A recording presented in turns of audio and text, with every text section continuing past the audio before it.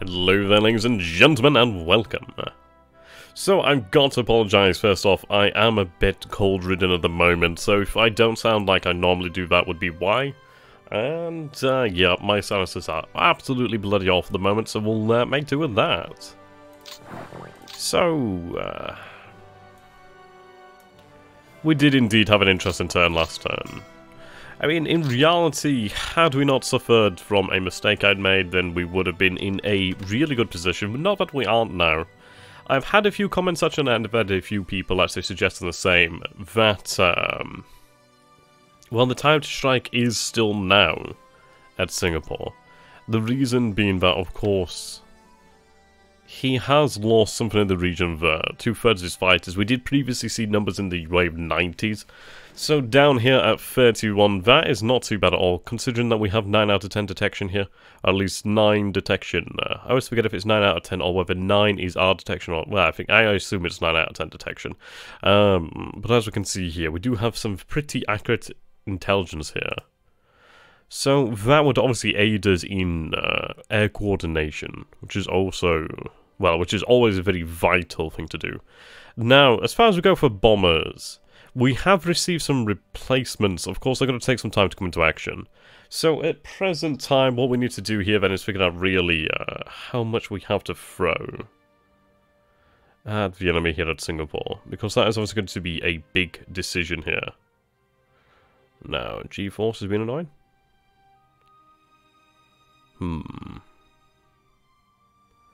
But we'll take a look at our numbers. Use the calculator. Hello there, Cos, and hello there, Justin. How are you guys doing? The turn's interesting. To be fair, if it wasn't for the losses over Singapore, we would have been in a fantastic situation. We still are. We still are in a good situation here. In all honesty, the turn was a positive one for the Japanese forces here.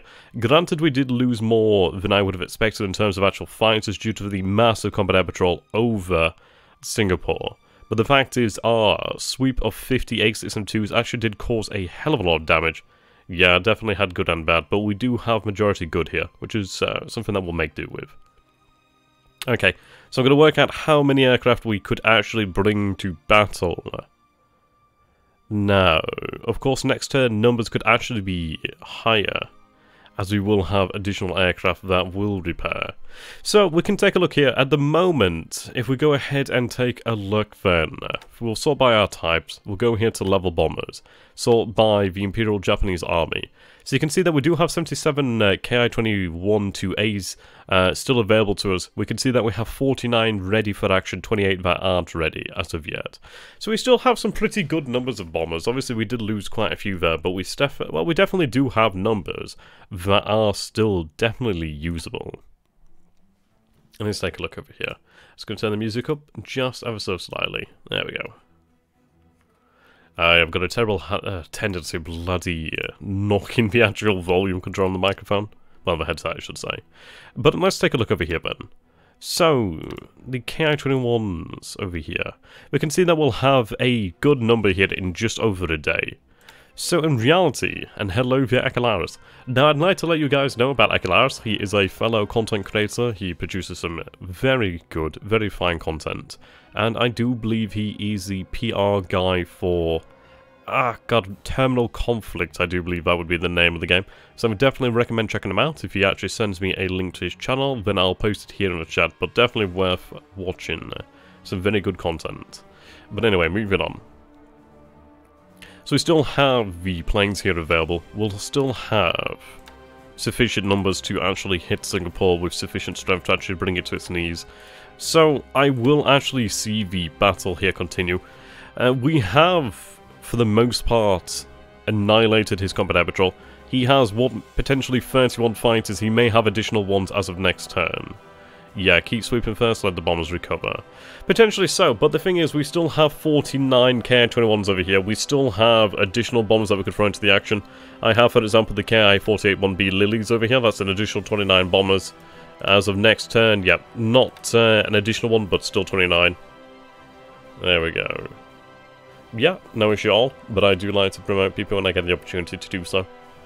But yeah, we can see here that we do have 29 bombers, so that would obviously bring our numbers up from 49 to quite a nice round number.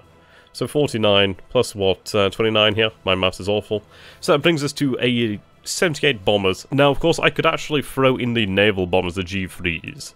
Now, I do have a lot of G3s in reserve, but if we take a look over here then, so Imperial Japanese Navy, that's an additional 70 bombers.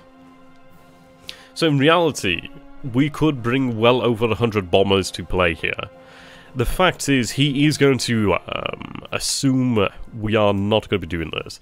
Now, I've seen a couple actual comments here suggesting that, well, you might as well go for it considering the fact that he isn't going to deem it an actual acceptable or reasonable chance that he would see a second follow-up in terms of bombers. Now, we never actually intended to go the first time, but we have already lost it. We might as well commit to it. We saw that we have slashed his combat air patrol, and we saw that we did make it through with bombers, and it definitely did cause damage. So I think it might be worthwhile to go through again. Yeah, not an issue. Just send me a link to your channel on Discord, and I'll share that. Unless you've already done that. Right. Okay. Hello there, Doze. How you doing, my friend? Welcome to the stream. I think it's one of the first times I've actually seen you here, so welcome, welcome. Yep. 78, definitely. Hello there, Paul. How you doing, my friend? So what do you guys think? I mean, we could throw in the naval bombs. I mean, I do have additional G4s over here, but I do not want to throw in too many aircraft from outside. In fact, I'd rather keep it just to the Malaya Theatre. The reason for that is to actually aid in our coordination. Because, as I mentioned earlier, right now we do have 9 out of 10 detection here. Obviously, that will increase as of next turn, potentially to even 10, as we will have additional reconnaissance aircraft, and if this keeps up, we should be good to go. The reason I do support this is, at the end of the day, if we nail the airfield at Singapore, that does bring a hell of a lot more in the way of security. I was considering as well, for example, we do have Taiyo and Hosho over here. Now, granted, they don't have a huge amount of actual bombers, but what I was thinking is we could actually run some reconnaissance from over here in Malaya to actually cover the base here at Singkawang, as we are aware that he is running aircraft from here. So what we could do then in the subsequent turn, is actually then nail the airfield here. So this would obviously force him back all to smaller airfields, which is obviously going to reduce his total, I suppose, air complement. That could be effective. Renacaster streams, so just watch the videos. Oh, that's awesome there, dude. Yeah, I do try to stream. Well, to be fair, I do on average, like, what was it? It's somewhere in the region between 4 to 6 hours every 2 days, give or take. Probably a little bit slower here at the moment. I do have a bit of a cold, so I'm a little bit slower than normal, a little bit less sharp. But we'll get this done ideally tonight. Okay. Virus Small Bombers, his air force is still strong. You should clean up his air force with A6. It's just free experience for your pilots because most of his fighters are still buffaloes. Well, the fact is, if we take a look over here, he only has currently 31 fighters that we can actually see here. Now, of course, that is not going to be the true number. There are going to be fighters that are damaged. But if you take into consideration the amount of, let's see here. So in the Imperial Japanese Navy, we have currently ready. Now, of course, we are lacking a pilot here, so we only have 44 zeros, but we still have 42 over here as well. So we have actually in the region of, let's see, 89 zeros here, 87 are ready. Yeah, average is 2.5 hours. Damn it, Justin, you really do like your maths, don't you?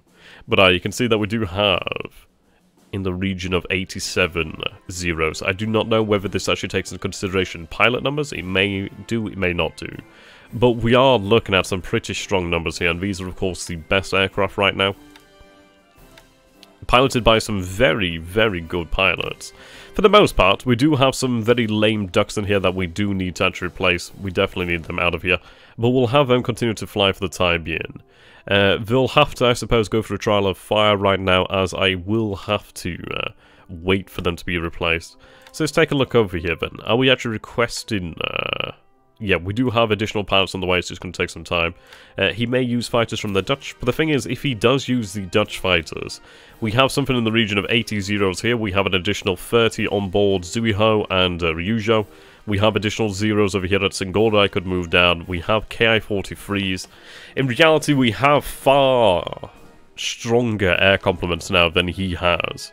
His forces have suffered a major blow, and in reality, should he commit to further combat air patrols, he is in fact going to be risking his own forces. But he is in a tricky situation right now, because at the end of the day, he has to run combat air patrol, because he has... well, he's aware of the fact of the danger of the bombers against his airfields. But, of course, should he run then combat air patrol, he does definitely risk his air force being absolutely annihilated in the air from the Zeros. If he does not run combat air patrol, then the bombers will, of course, destroy the airfields. So he's in a situation right now where he may actually be somewhat over-cocky due to the nature of our losses as of last term. He may not assume that we would risk it again, but in reality, I think he is probably the right move. Hello there, Michael Carrington. Sorry, Carrington. How you doing there, my friend? Now, I know it's a risky situation. I know it's one of those things where perhaps it goes against the accepted logic, but I do think it is probably... yeah, probably the right idea. We can definitely support this like we've supported no other air action. So, for example, what I'd consider doing is actually having either the 3rd KUS-1 or the Tainan KUS-1 actually run sweep, or we could even have the fighters from Singora. Now, due to the fact that supposedly the numbers are only 31, we could actually send... yes, for example, they're running sweep, of course. They're actually not too bad on fatigue. That's not too bad here at all. Yes, right.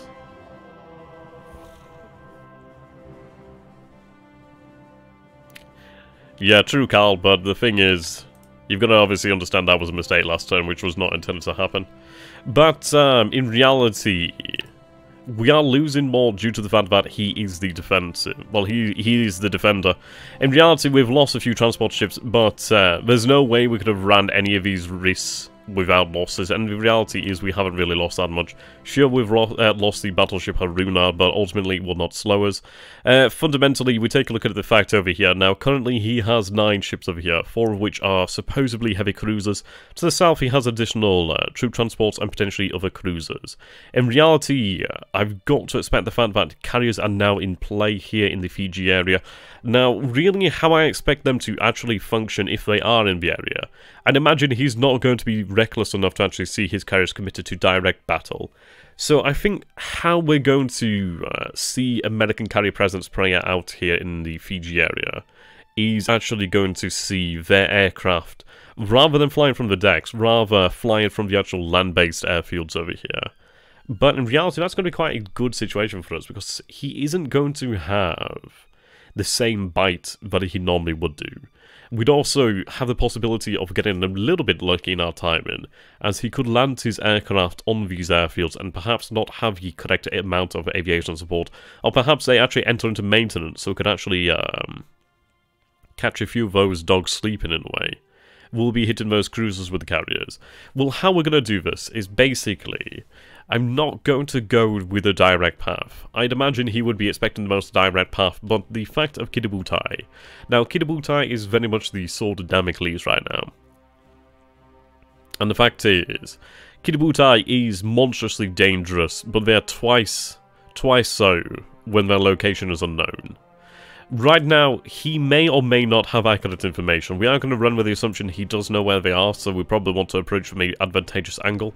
But on the off chance he actually does not have clear and accurate information as to their location, then the danger there is multiplied tenfold for him, as in the end of the day, you look at how we consider operations when we do not know of his carriers. Imagine how he is considering his operations when he has only rough estimations of where 6 fleet carriers are. He knows where my other carriers are, but he doesn't know where Kidabutai is. As far as I can tell, he doesn't know where they are, exactly. I'd imagine he'll have some rough estimations. I'd imagine he'll estimate them to be in this area. I feel he's confident in the fact that he believes Fiji to be the actual objective, which of course it is, but Fiji is Fiji isn't Suva. Fiji isn't Nada. Well, Nadi. Fiji isn't even the island of Fiji. Fiji itself, the operation, is the area of the South Pacific. I don't have to actually directly take control of these bases over here to actually secure the objectives that I wish to proceed with. Basically, what we need to do here is, rather than win a conventional victory, for example, we could take over, let's say, Pago. Oh, I don't even need to potentially do that. Because in reality, all we'd have to do is annihilate him from the actual field here, i.e.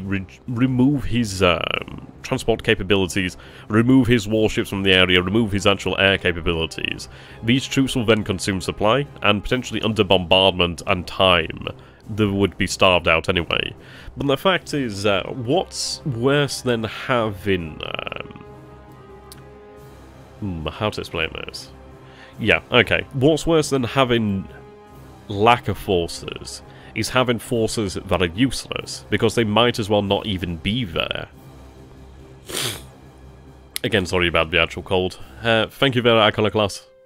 Yeah, I had a great comment from you last night. I thought that was really quite a good one. Tried to answer it as best as I could. Can I suggest moving subs around so they're not spotted, like around Fiji? Say one more thing. Estimates on the landings for Fiji. Well, you're correct. We can actually move these submarines around. Now, interestingly, we can see that some of them are spotted. Actually, most of them are spotted. In fact, all of them are spotted here. What we could do then is we can actually pull back a certain range, possibly a couple hexes. We could definitely set up a somewhat more distant blockade. That could be doable. It depends really what he has here. Now, see, I'd consider actually entering into the ports, but I do not like the risks that could be involved there. I don't have perfect information. I don't have actual accurate information as to what he has right there. But the fact is, let's take a look over here. So, Suva is a size 3 port, so a fairly big port there for the area, and Nadi is a size 1 port. So most of the activity here is taking place in Suva. Now, as far as I can see here, we see 3 ships. I sincerely doubt this is a battleship. I sincerely doubt it would be in the area. If it was, that would be fantastic. We can see here troop transport, but with 4 other ships, and troop transport over here with a light cruiser. Yeah, pull them out, drop detection, then send them back in, definitely. So we can estimate there's at least 2 troop transports, additionally more, potentially more, sorry. So it's going to take him some time to actually unload forces here at Suva. He does have a nice large port, he potentially has naval support, but it's still going to take him a couple days to actually unload here. So the benefit to him actually reinforcing Fiji is, it is going to see an actual slowdown due to the nature of logistical transfer here.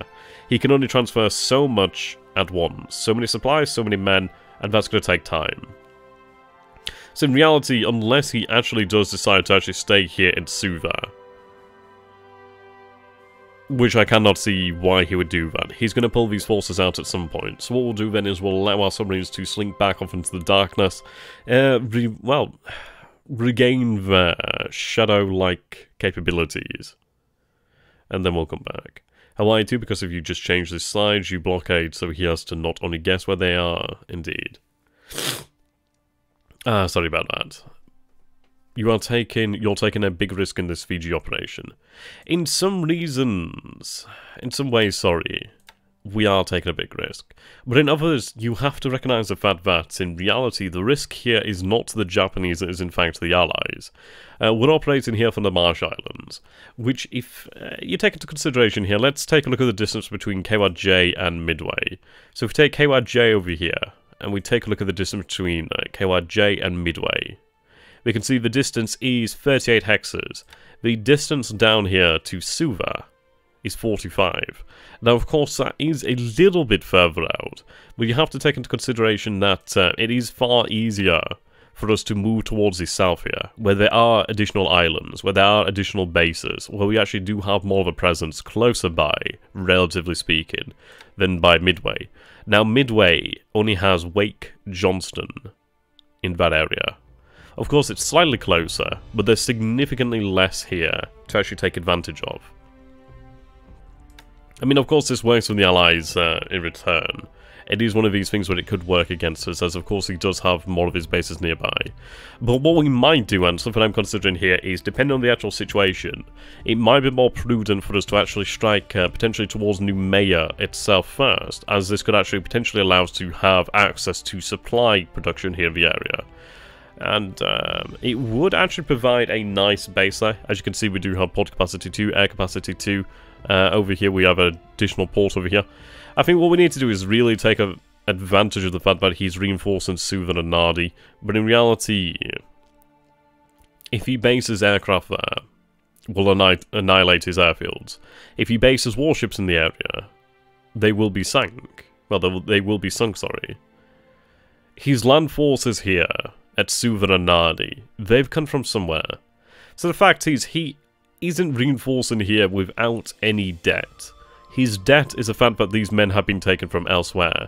Now, in reality, where could these men be better suited? They could have been perhaps better suited to the Dutch East Indies. Now, these garrisons, these forces, might have actually come from Australia itself. So in reality, that does open up additional options that were beforehand closed. So, in ways, I do welcome the fact that he's reinforcing Suva and Fiji at large, because in reality, had we gone with our operation days earlier, we possibly could have been met with success, but we would have been met with low logistics and very, very high risk. But the fact is, we can definitely take our time here. He has nothing in the theatre to challenge Kidabutai. He cannot challenge them. There's just simply no way. We have 6 fleet carriers, 4 battleships, what, 6 or possibly more heavy cruisers, then additional light cruisers, additional destroyers. The aircraft are going to be the ones that ensure our success here. For example, the heavy cruisers over here, granted they're dangerous, and granted we are going to see them actually head towards Funafuti for the time being. But the fact is, if they use their munitions here to bombard the island, it is a waste of their potential. We've already seen that he had a surface action over here at Savai where he did sink 2 of our cruiser miners and a actual transport. Now that did cost him something in the region of 70-80 shells, and the reality is 70-80 18 shells is actually going to drain those heavy cruisers pretty quickly. So I'd imagine he would then have to retreat over here to New Zealand as probably his closest port of call to actually rearm. So in reality, should he actually choose to bombard here at Funafuti, that is going to see his forces actually diminish in combat effectiveness. It's also going to see them with the potential to be taken out from the theatre for a couple of days should they actually go back and rearm. So it's very interesting. Any estimate when Kidabutai will leave port? Kidabutai is to leave port this turn. They're going to be heading out somewhat more to the west than you would expect. Hello there, Blinson. How you doing, my friends? So, Blinson is the Battle Group Gamer. As you guys are aware, he's definitely worth checking out, so I would do that. Apologies about the cold. I'm just sounding worse and worse, aren't I? Okay, so what we're going to do here then is, let's see, I'm going to bring up the actual overall strategic picture here just so I can actually draw it. I always love drawing. The drawing tool is fantastic, really does help to illustrate ideas. Right, so, what am I feeling like today? Let's go with a nice... We'll go with a nice, I don't know, let's say red. Okay. Oh shit, I have arrows. Oh, I've got to buy arrows. Well, that sucks. Okay, so let's make this a little bit smaller. So, we'll have, actually that's the same colour here, we'll go with a nice bloody blue then. Okay, so what I'm thinking here is that wow, okay, why did I think drawing blue on the bloody ocean was a good idea? Not with it. Okay. So, Kidabutai, in a stereotypical yellow, will be moving out towards this sort of position. What I'd like them to do then is obviously head down here past the Santa Cruz Islands, I do believe they're known as, and I'd like to actually approach from this sort of direction. The reason being, well, the most direct path is probably what he would expect more from us. It's like, for example, consider here that we did have our force that originally was destined for Mackin, and then did eventually take Canton, and then from Canton it went down here to Savai. Of course, that was the most prudent, most direct movement, and that was done at high speed, high risk. So I don't think he is going to expect a more relaxed approach. Epic Pen is great, yeah, it definitely is. How bad is the engine damage of Kidabutai? Could they afford another day or two at full speed? Those cruisers and I bet a CV will be out of touch soon.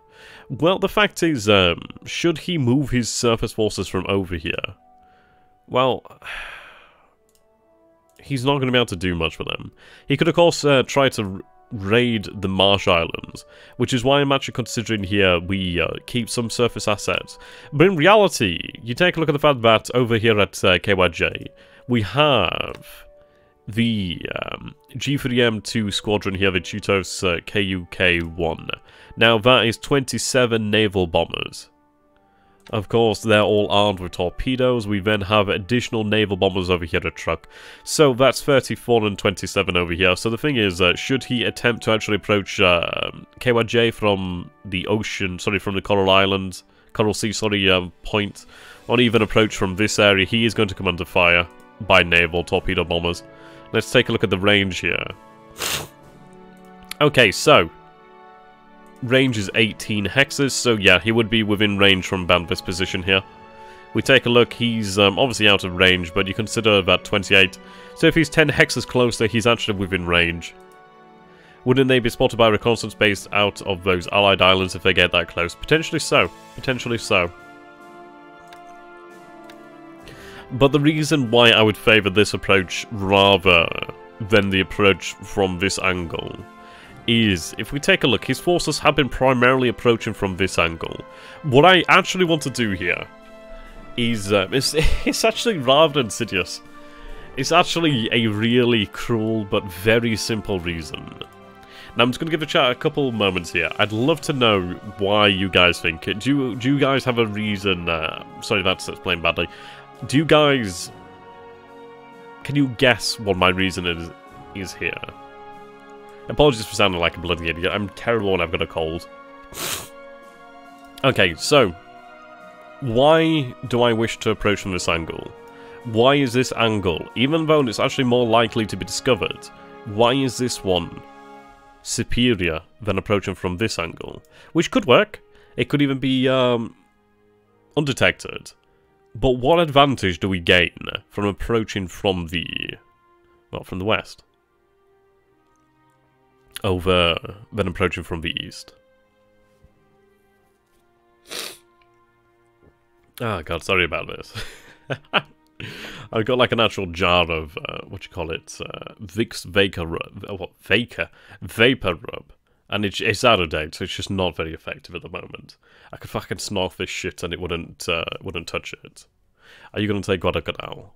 It's not necessarily about taking bases, but the reason I'm going for this method here is, let me just actually illustrate it.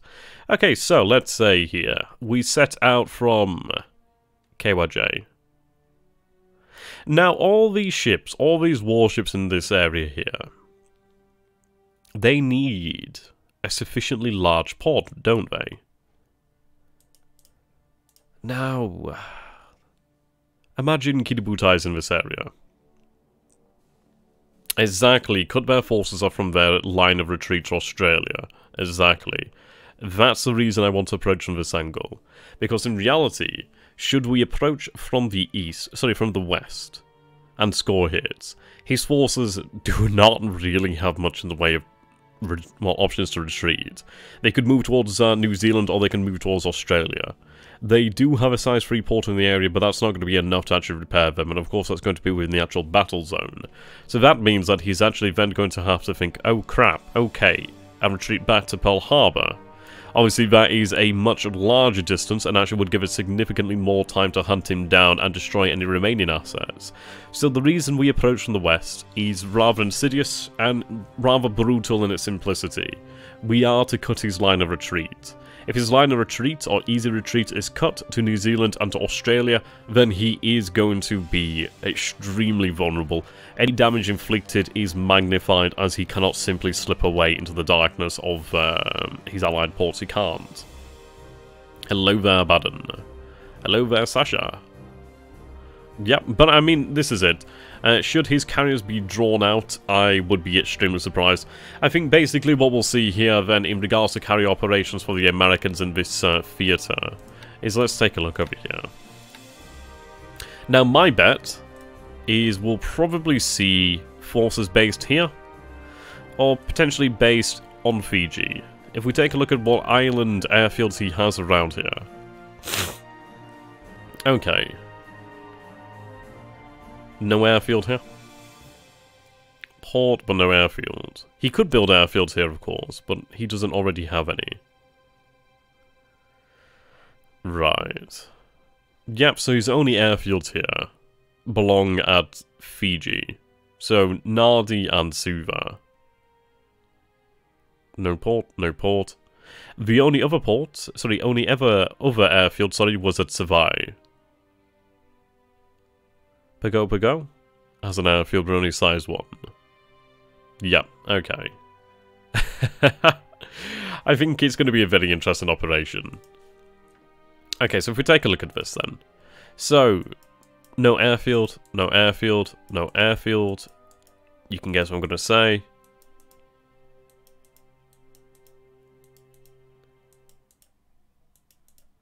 Okay, so if we take a look at that then, we've already eliminated a lot of potential positions for his actual air forces. God damn it. There we go. Now if I take a look over here, we can see no airfields. None. The only other airfield that could have been here in the area was possibly Luganville, but Luganville at this point in time doesn't actually have an airfield constructed there. So what I'd imagine would happen is, let's say our approach sees us come down somewhere along this sort of line. What we want to actually do then is position Kidabutai somewhere in this region here. Somewhere like this. Because then, should he actually approach to, well, try to escape to the north, he is going to be coming into actual detection range from Funafuti and from our Tarawa-based patrol boats. Well, our flying patrol boats, whatever you want to call them, the flying boats. Should he head out this way, then yeah, it's going to take him significantly longer. Now, I'd imagine how he's actually going to use his aircraft. What I imagine to happen is, let's say this is Kidabutai. Now, let's say that we have the US Navy CVs over here. Now, he cannot possibly risk direct confrontation. He's, well, he might be able to inflict damage upon one carrier, potentially 2 carriers. I don't think he'd have the forces to actually destroy one carrier. I don't think he'd have the forces to actually make it through, potentially. But yes, you have to then take into consideration that the only airfields that are operational now are Nadi and Suva. So, we actually did take a extremely strategic island here at Savai. Now, obviously, this does give us the ability to actually run reconnaissance in the area. We need to hold Savai if possible. If it's not possible, then at least it is denying him another airbase. So what I'd imagine is we'd see aircraft at Pago, we'd see aircraft over here. So we imagine that something like this radius, because we do have range over his aircraft. Indeed. So that's the reason I wish to approach from this angle. That, and we can actually cause maximum damage over here into the Coral Sea as well. We could actually cause maximum damage on the way down. If we take a look over here then, if we look for actual air bases, he, as far as I can tell,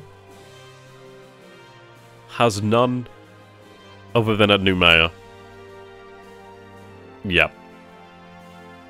One of the alternate history books I read that got me into World War II a lot was the Moscow option. It talks about what if the Nazis took Moscow in 41 and some other alternate histories, like within El Alamein. Interesting.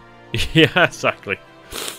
Right, that's a far away south danger zone. True, but the fact is, it is a danger zone regardless of where we actually operate here.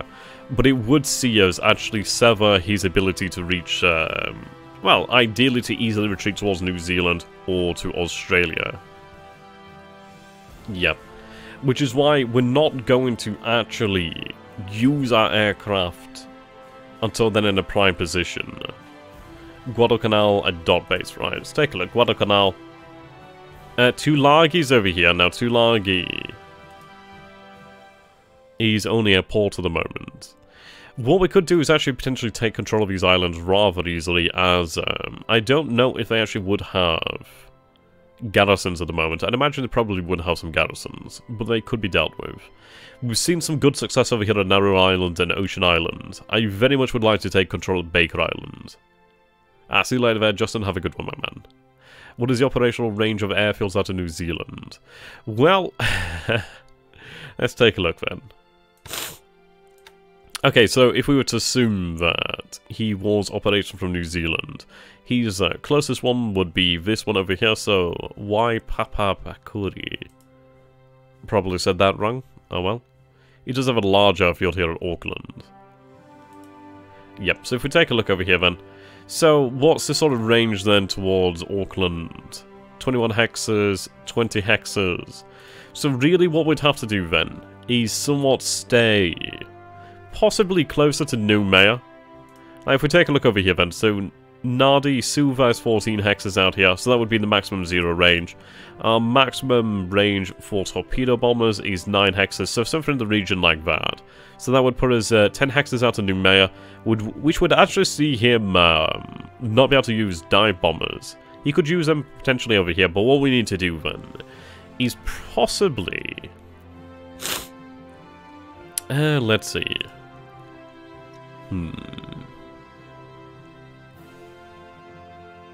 Okay. So we do not actually have airfields over here at Nauru Island or Ocean Island. What we need to do is we need to try and run some low-key reconnaissance of these islands and try and pick up on anything. But for example, Rabaul could be actually neutralized from truck using actual bombers there to hit the airfields. But the reality is he is not going to be able to use enough aircraft to actually destroy us. Should we actually hold on to survive longer, I would be very happy. Yeah, Noumea does have an airfield. So it's one of those things we might actually seek to take Noumea, due to the fact it would restrict his ability to actually use air power against us. It would also give us a very strong base.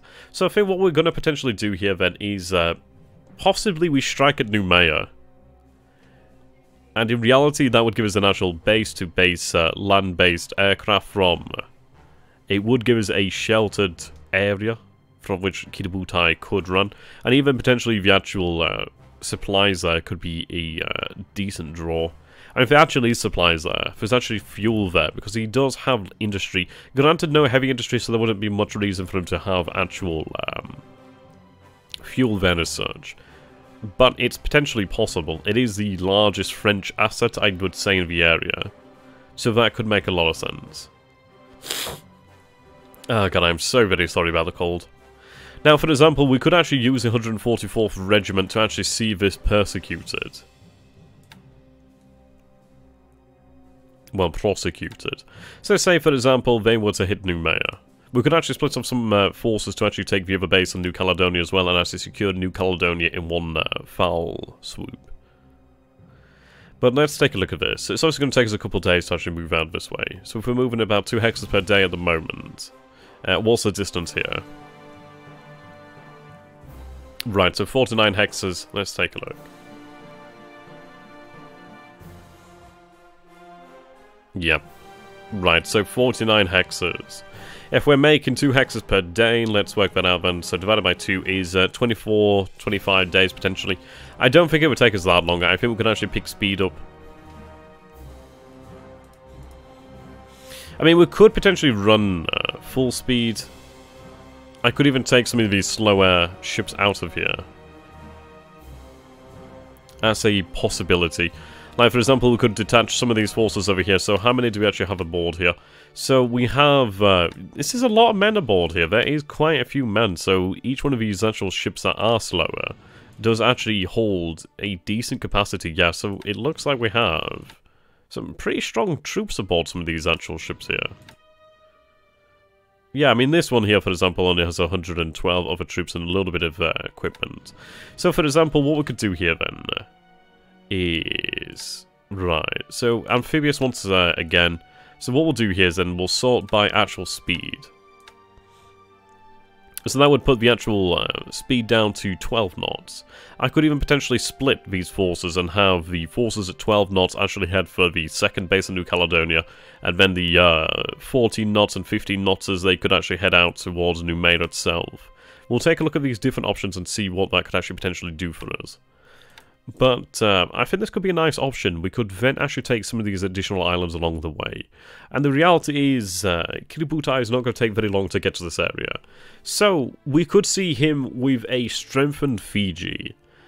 But the thing is, Fiji isn't essential to the success of this operation. I will take it. It will take time to take it. But if we can actually ensure this operation success by... Well, I want to see this operation run squeaky clean. I don't want to see any losses, ideally. I don't want to see anything like that. If we can take this without a single ship lost, I would be happy. And I think it is definitely possible. But, yeah. Splitting for this might be a good cost. Speed is important, yeah, exactly. But, for example... we could take possibly some of the bases around here, then to actually base our float planes from. The possibilities there are pretty possible. I mean, you look over here, we have Tarawa, we have Tulagi. We could actually have some of these slower forces head here to Tulagi.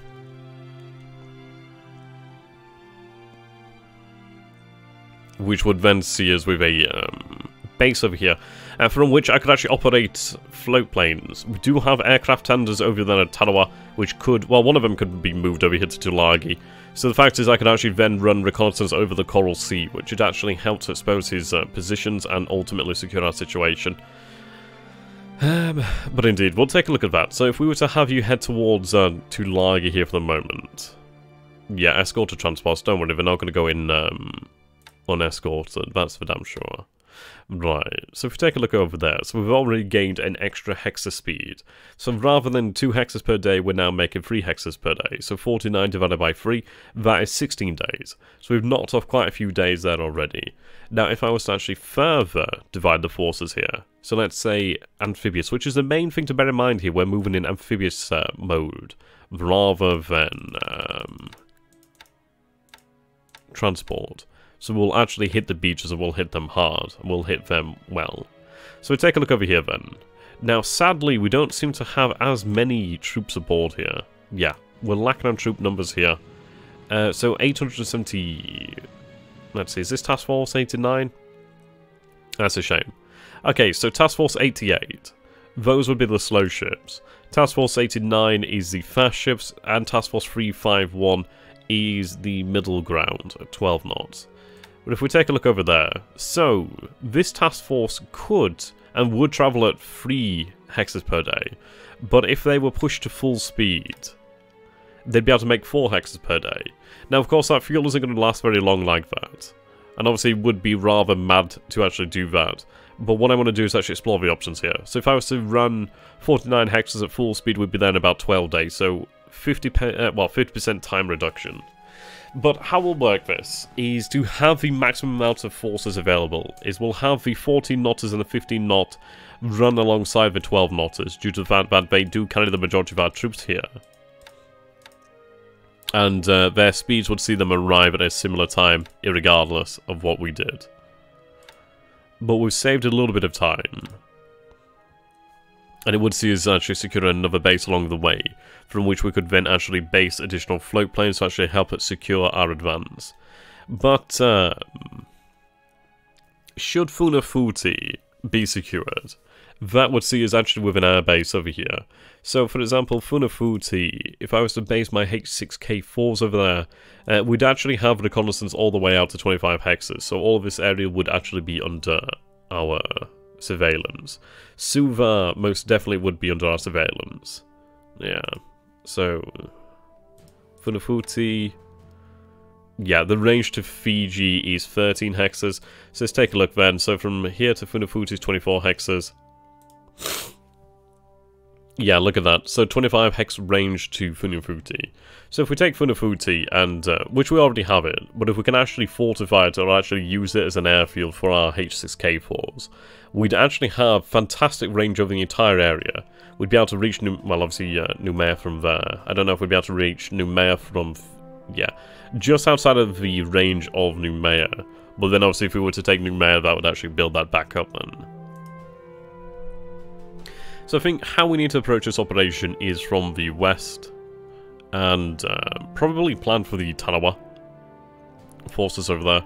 Now, of course, I could actually potentially speed up the rate at which we will secure island bases, as we're currently unloading troops over here at Tanawa.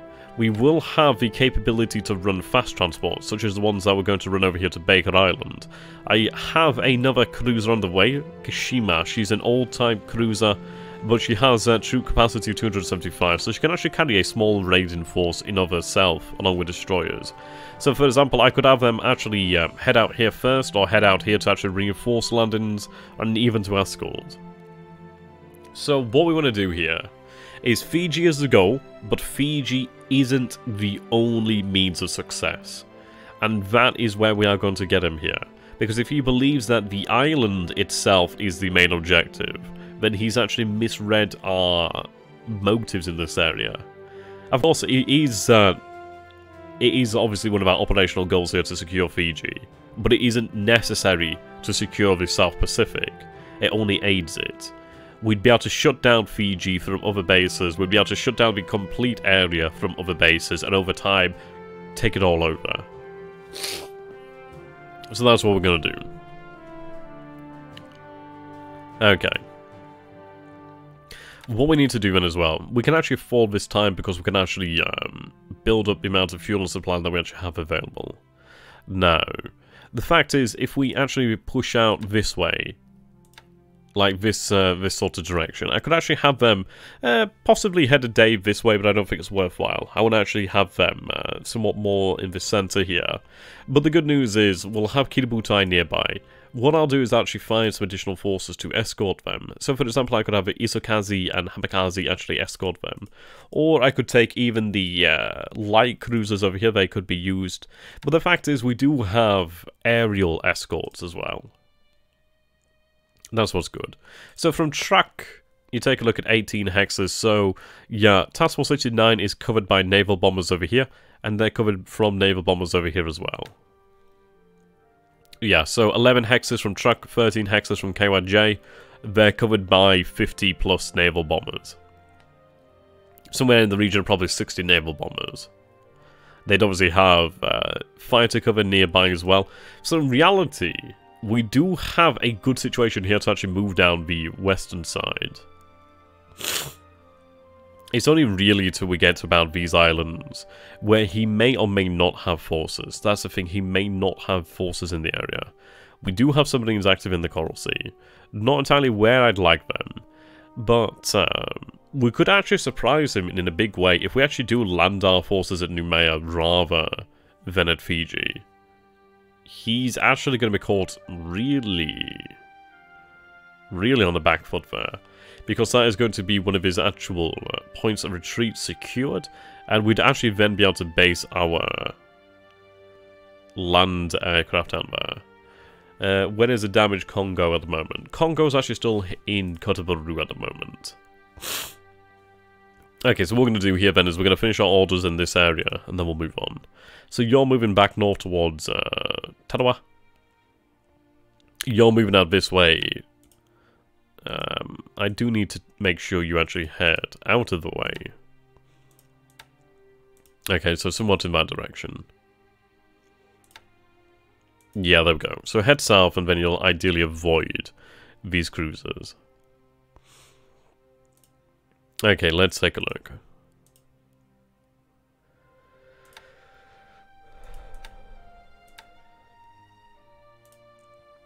I'm going to have them make full speed for Funafuti, I think. I mean, I could do. If we take a look at their range, they would make 6 hexes. Or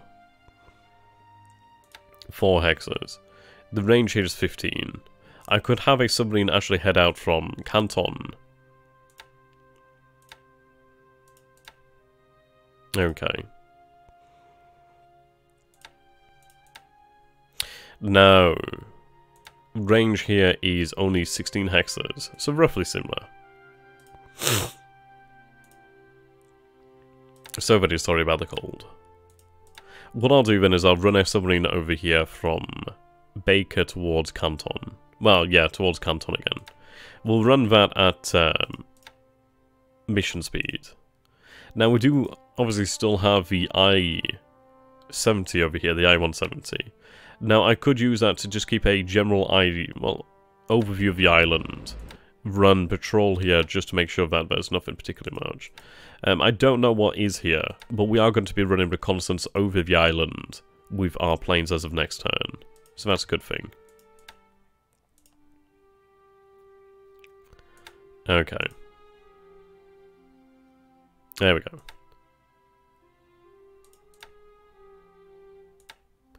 I'm going to tell them high threat tolerance, because at the end of the day, it's not the actual capital ships you need to worry about, it is in fact the escorts. But the escorts are always going to be dangerous anyway. But if we can get in there and actually hit the capital ships, I would be happy. Okay. I know I've done a lot of talking there, but I hope you guys can actually understand the strategy at play here, the actual goals that we have in the area. It's really... we're going to take this quite slowly. Now, initially we did actually anticipate beginning the operation 5 days from now, but his activity in the area has escalated things and sped things up. So we will secure the Fiji area in a smaller time frame. Okay.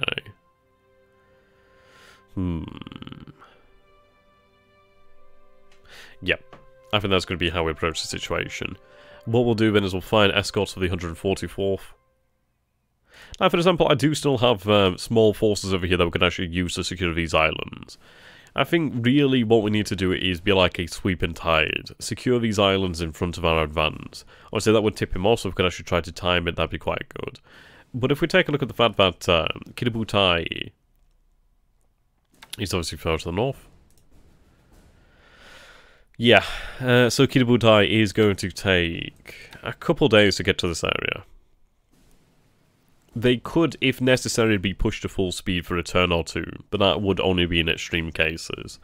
We'd actually be able to have them operate in the area pretty quickly. So, part of me wonders, is this not the best way for things to turn out, to actually have Kitabutai arrive before the transport? Because then we can actually annihilate his forces here, potentially at Nadi and Suva, leave him thinking, right, okay, this is where he's going to be hitting, and then in fact we actually hit New Caledonia.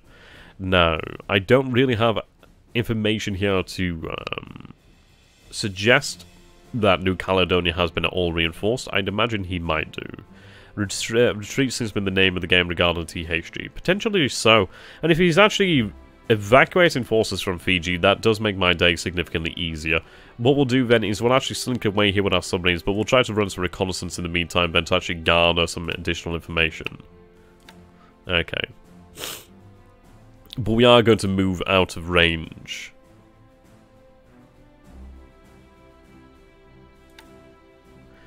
So what we'll do then... ah, God, sorry, I need to sneeze.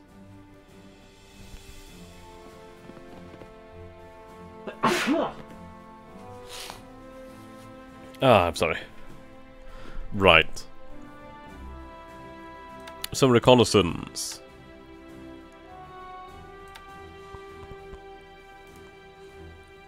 Over Suva.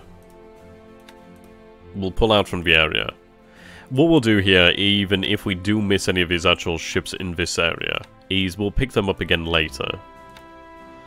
But we must pull out of the area. We'll pull out in different directions as well, because that means that we can actually then use our search planes from all over. Okay, apologies. Yeah, thank you, Verbelinton. Okay, I-17. Still have his operational plane here. Now, the good news is your actual search craft wasn't used correctly. That's annoying. But yeah, the good news is we can actually begin to gather information around the area. But it may then either encourage him or tick him off that something's not quite afoot. But I think the vast majority of his audience, and I couldn't blame them, and I think even himself as well, would be more than convinced that Fiji is the objective. And I think what we need to do here is we need to play this rather coy. We need to play this in the fact of allowing him to be correct, but not entirely correct. What I mean by that is a half-truth. If the information he has is somewhat accurate, he'll follow it through. See, it's a very interesting way to approach this, because at the end of the day, it's like if we give him false flags information here, for example, if we were to do this at Fiji, but then, I don't know, let's say we suddenly start to show interest in Noumea immediately. He's going to think, right, okay, he's not actually going to be doing anything Fiji, he switches attention to Noumea, let's go to Noumea.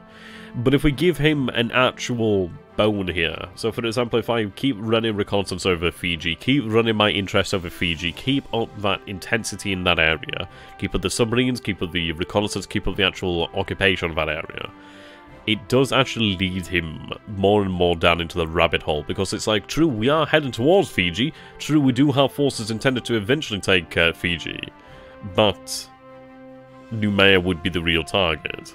So there, Tortuga Man, how you doing, my friend? THG's invasion task force is one down from Tokyo. Yep. Oh, good God, if he actually did land in Japan, he wouldn't have much left. Hit him with the old Force Z sucker punch, pretty much. Pretty much the sucker punch there. Ah, God. Okay. So we've our submarines heading out from here.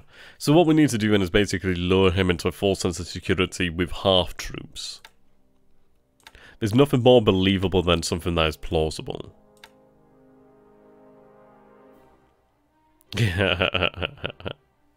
Indeed. Okay.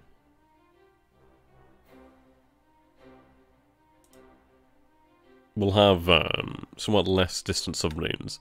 Obviously keep him something then in the area to draw his attention.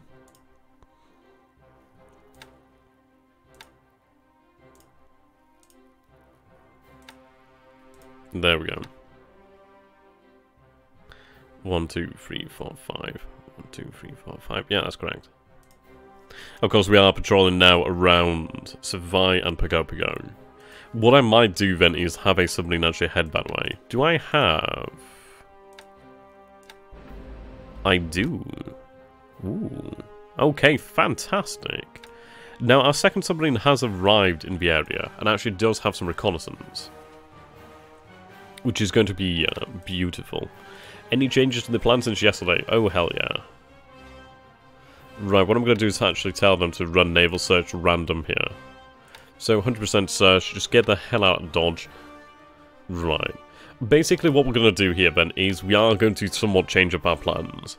We are going to have Kiributai here head down westwards along with the 144th Regiment.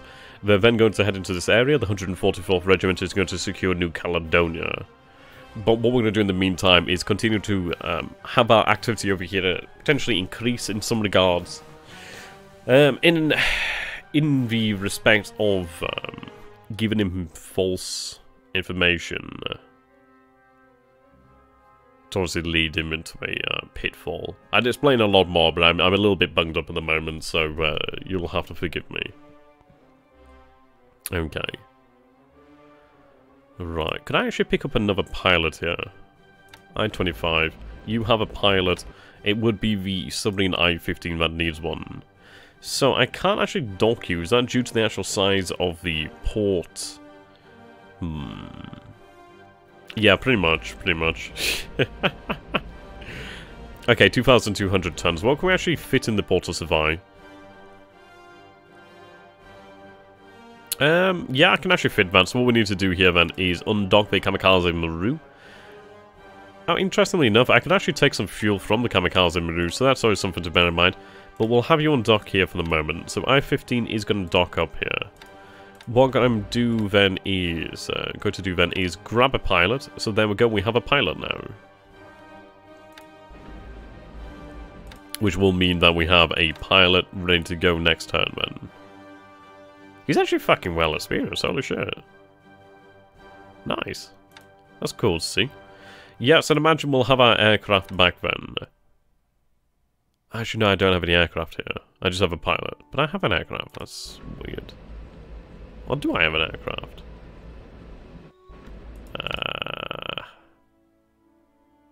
No, supposedly we don't, but we do. So I'm a little bit confused there. But anyway, it doesn't really matter much. Matters not. Okay.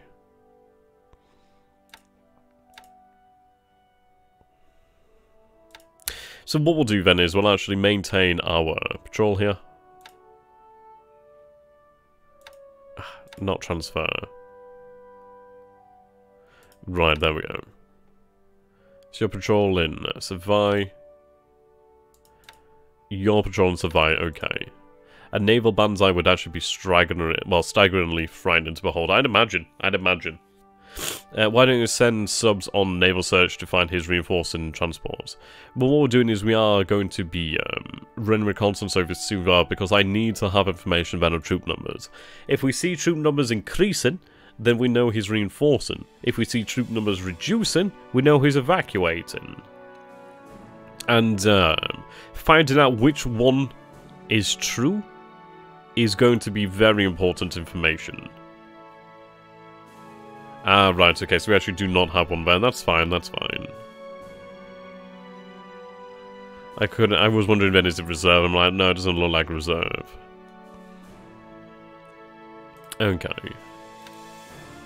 So we are going to dispatch a fast transport mission here to Baker. We'll take Baker, reduce his ability there. I mean, the good news is as well, because we're actually moving then away from Baker Island and Canton Island, we actually do then have further security. Ah, right, fair enough. That makes a lot of sense. Thank you, David. Right. Yeah, we're also moving away from his forces here. I think ideally we'd like to be able to take control of Vitapool. We'll see. We'll see. Okay. But we do have a major force ready to go at practically a moment's notice. What I'm going to do here then is actually transfer these ships to Tanawa. The ones aren't unloading any troops, that is. There we go. Now, interestingly enough, we do have Kashima Maru, which is an actual troop transport over here. She's currently carrying over 1,000 naval guard. Sorry. And the good news is she actually does have some fairly good speed here. So she makes about 17 knots, which is very impressive. But what we can see here then now is that over here at the port of Tarawa, we actually have quite a number of ships over here to actually draw fuel from. So that actually does help us out. We also do have supply, which is always handy. So I think what we'll do here then is how much supply do we actually have on board these ships? So we are loading some fuel here, supply here. Yeah, we need to run supply and transportation to Tarawa. I do have a lot of supply coming in actually. Not from there or here, but over here we do have 18,000 tons of supply, which I would like to actually have escorted, to be fair, so we are going to send a escort out that way. Okay, so currently I have 2 destroyer minesweepers over here. What I'm going to do then is actually assign the DMS W7 and DMS W8. Possibly. Yeah, we'll have them both assigned to escort.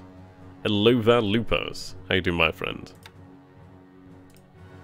Right, so you're going to go out there, meet Task Force 100, ensure the fact that the supplies arrive in the area.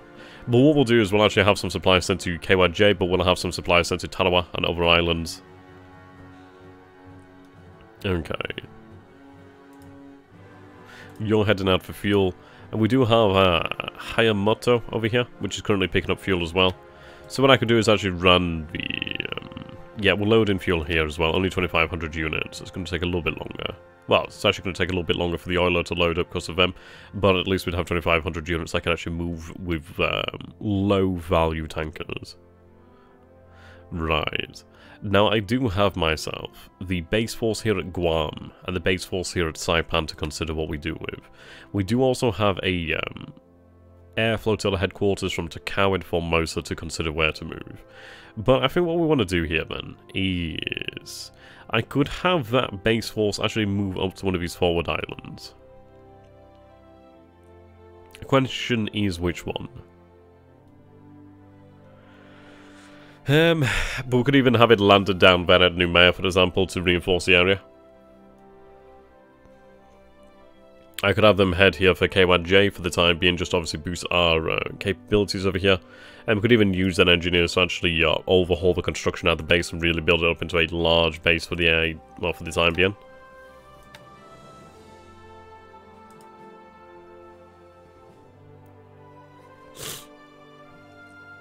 Yeah, so what do we have aboard here? So 15th Base Force is made up of 12 engineers here.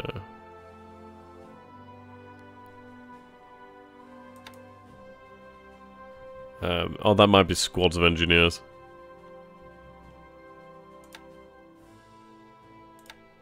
I don't think I'm getting an actual accurate number there, but it's a lot anyway. I'll put it down as a lot.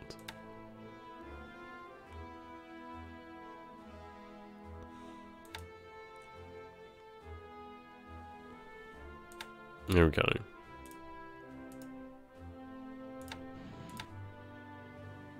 Important thing is it has aviation support, naval support. Especially naval support is going to be very welcomed. Because we could use that elsewhere. Like, for example, Truck has 449 naval support. KYJ at the moment has 240. So I can actually boost the amount of naval support at KYJ, which would allow us to do significantly more once we expanded the size of that port. But obviously then the aviation support will be very welcome. The support in general is just fantastic. So what we'll do then is we'll currently have them head towards track for the time being, where we'll then try to figure out a escort force. Do not unload.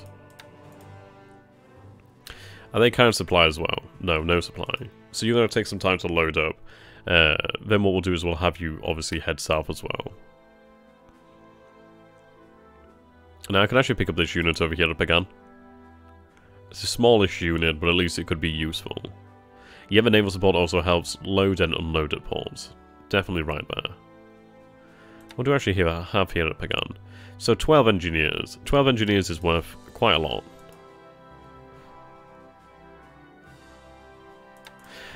Those cruisers Scream Invasion Force. To be honest, if he actually decides to invade any of my other forces, then he's more than welcome to doing so. It's a waste of his time. There could be a carrier there. That's a true potential.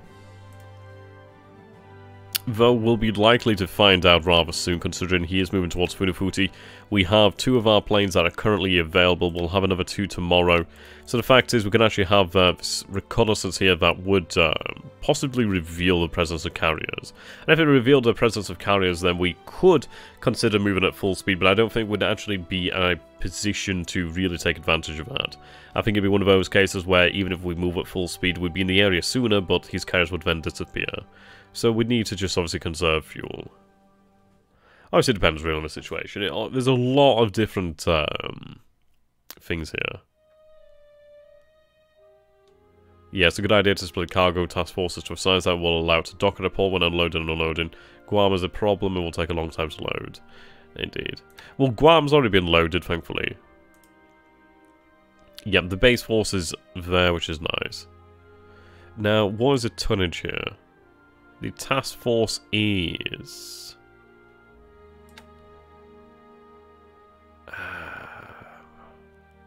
12,345 tons. Yeah, that's true. It's really good, actually. I like that. We'll start doing that more in the future, actually. Okay, so let's see here. I'd like to pick up some additional troop capacity. So what do we need here then? So troop low cost is 1,125, cargo's 300. I actually don't think we'd have that. Saipan rather than Guam. Ah, right, okay. Not an issue. Yeah, at least Saipan still has a naval fortress. Tinian also has some engineers. So I'd like to pick up these guys, but I don't have a troop capacity here at the moment. Right. What we need to do then is actually gain some additional forces here in the area to use really for escorting roles. I do have myself 2 light cruisers over here, which I could use to actually escort our ships here and there. Yeah, which is nice. Okay. So for example, Yabari and Tatsuta will be fueled up next turn. We'll be able to use them. Yeah. Well, we did sink a cruiser mine layer last turn. Not a massive prize, but at least it's still a prize. It would obviously be good to see a lot of allied warships destroyed. Okay.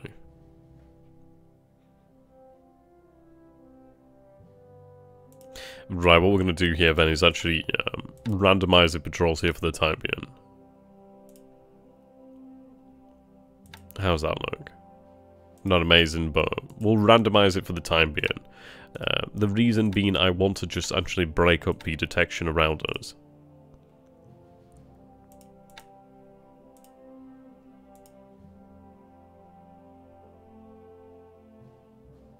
Ah, right, okay. I'll do that then.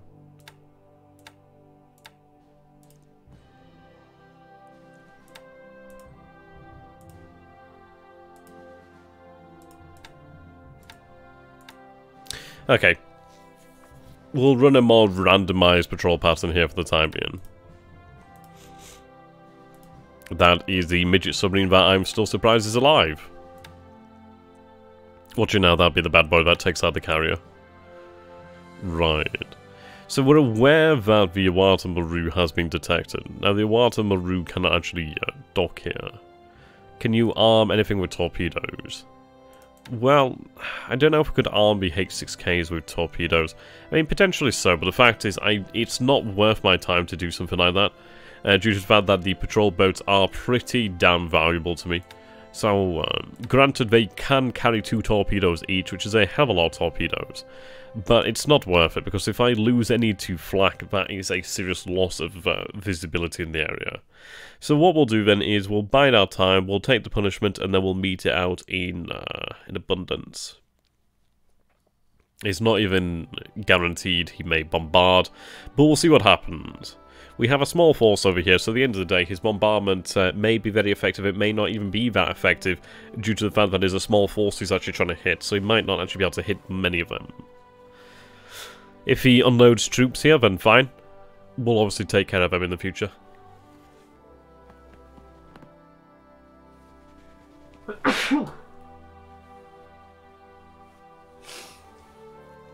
Oh dear. Ah. Right, we're going here then to Saipan. Now, I'm sorry about the sneezing. It's like, I don't actually have a mute button on this microphone, so I'm really sorry about that. If I could mute myself, I definitely would. Okay. Let's see here then.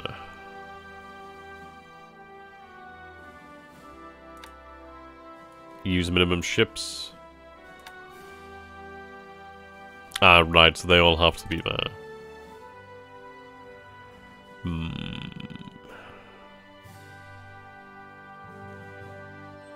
See, they're actually loading supply. I don't want them to actually load supply, do I? No, that's not what I want here. Yeah, H6Ks can definitely fly torpedoes. Okay, what we're going to do then is... load troops only. There we go.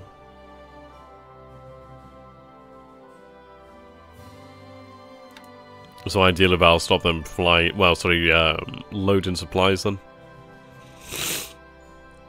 Alright then.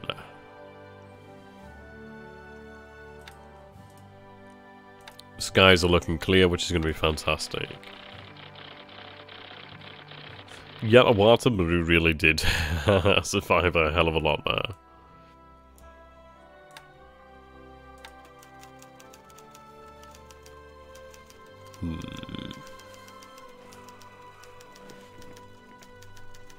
So we are aware that submarines near KYJ.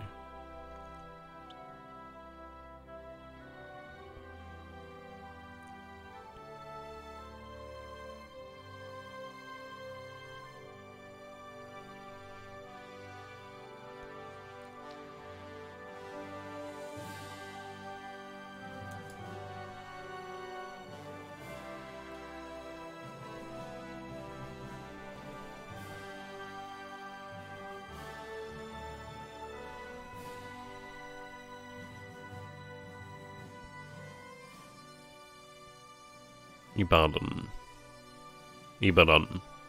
130, 114.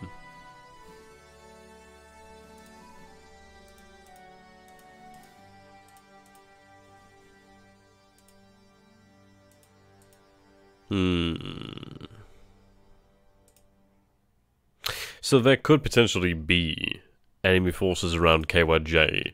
So it may be that he's already aware of our force. He may actually attack them as they leave the port. I think if he's actually aware of the fact that a B5N2 Kate has potentially spotted something of his. And it's not even clear that we did spot anything. It could be a false report. So we'll obviously run as if he jiggers up, which we definitely have to expect, but we'll still be able to maneuver.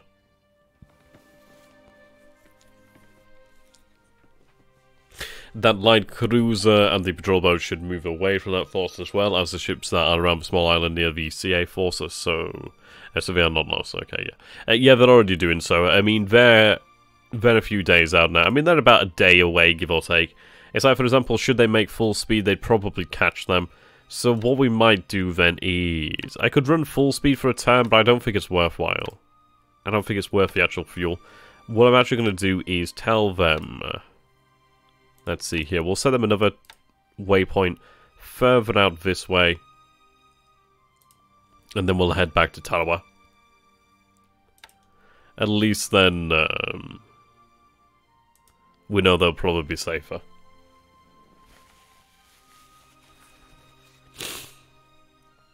Right, there we go. So yeah, they'll head out like that way. And we do have our transport moving to the south and then out. So we are just trying to make sure we get out of there.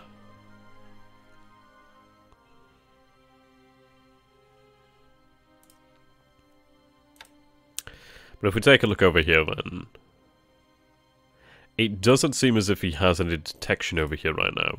How much effort would it take to send some carrier aircraft to a nearby land base to lure THG thinking alone carriers over there? I mean, it could be potentially done. We could potentially use bombers. It's an actual option here that we do have available to us.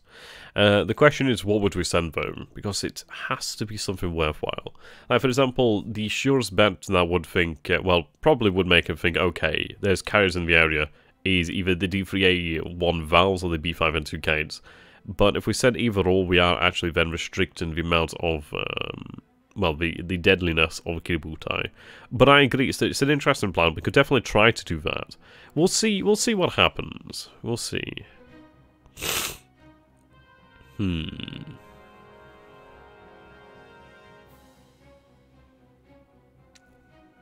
Yeah.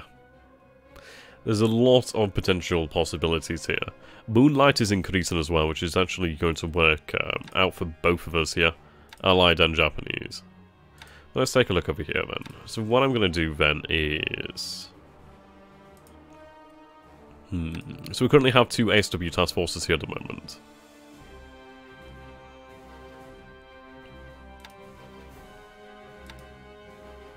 Ah, did you mean this one?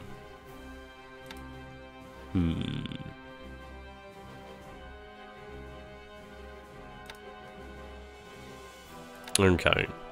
What we'll do then is we'll have them head a day out this way. Yeah, definitely. So we'll head out a day this way, which will obviously see them further away from his actual cruisers.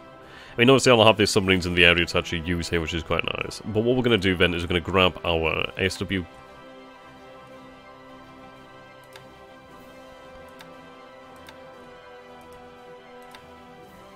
Okay.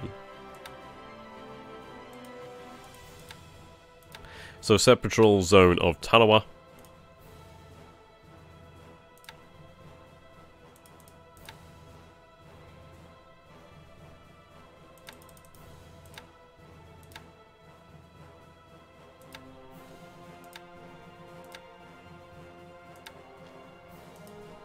Tarawa again. Okay. So the good news is we do have a lot of assets in the area that are pretty remarkable. We might have them react, we might not. It's an interesting question. We might have them, we'll have them react within 1 hex of the actual island, potentially. But indeed. It's like, for example, Tarawa does have... Oh, God, yeah, they don't really have a huge amount of AA. I suppose I don't have the right to expect much more than that at this point in time. But at least we can see that we do have a decent bit. Those cruisers are travelling west-southwest, right? Well, originally, we saw them... I think we originally saw them around there somewhere, and then I think they went there, and then they went down there. Something like that. Can't remember exactly. We know a force actually hit Canton, whether it came from there or elsewhere, we do not know. So what I'm expecting here at the moment is he's going to move towards Funafuti, considering the range here. He could of course move this way, he could of course move this way, he could of course move this way. He might even retreat, it's hard to say. But I'd say that's probably the most likely option. Doesn't necessarily mean it'll happen though.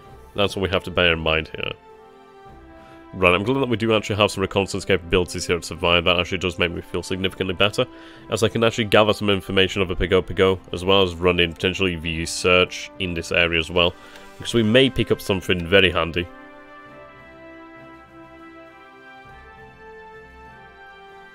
Right there.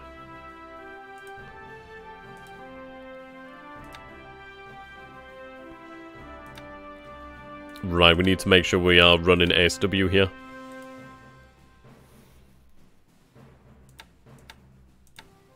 Well, actually, just obviously linger. Well, actually, I don't need you to linger, do I? Because obviously, if you're set to react, there we go.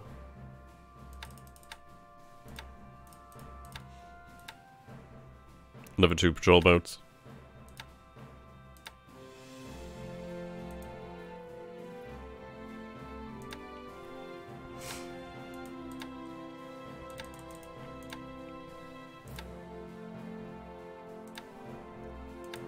What I'll do with these guys is have patrol rowing number.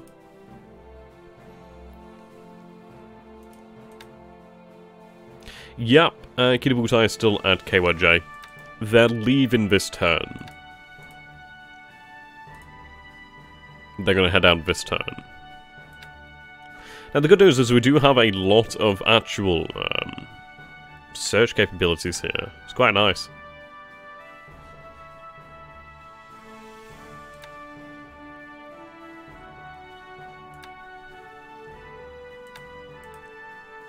There we go. Not a problem there, David. Thank you very much, Blinson.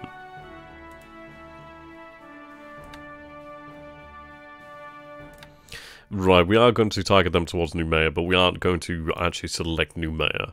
The reason for that is I don't want to tip him off.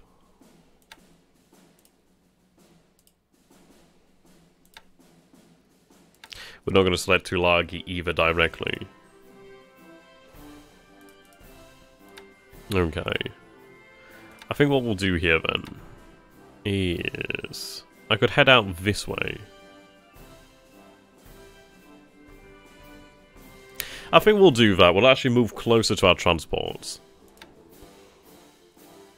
At the end of the day, that means we're actually going to be able to ensure their security in totality. Which there's always the opportunity that he could actually have something emerge from the Coral Sea and we'll not know about it. I don't think it makes a difference really as whether we're a day further south or not, considering his forces. Well, then again...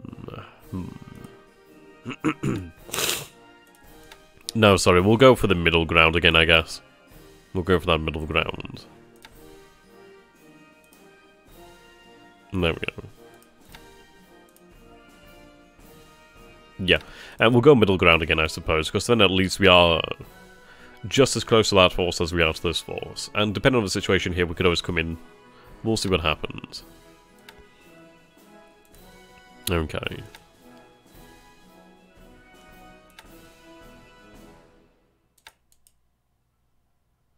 Huh, interesting. I don't know why they've been set to replacements off.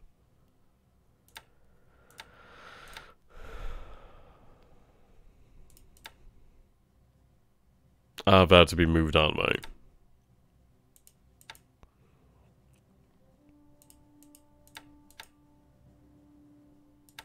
The rest of these forces then are to rest. So the 61st ain't bad either.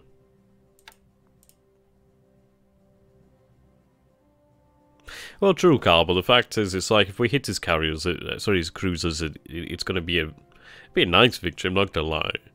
But, what we're attempting here is going to see his warships hit regardless. He'll bring them towards us and they'll be destroyed. At least this way he's going to continue to operate in the area, which may embolden him in other ways. Additional assets are moving in here.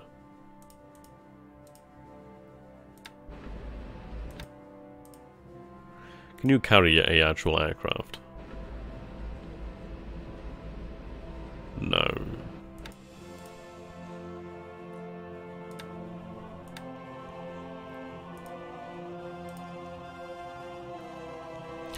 What I'm going to do here then is, let's see, fast transport potentially.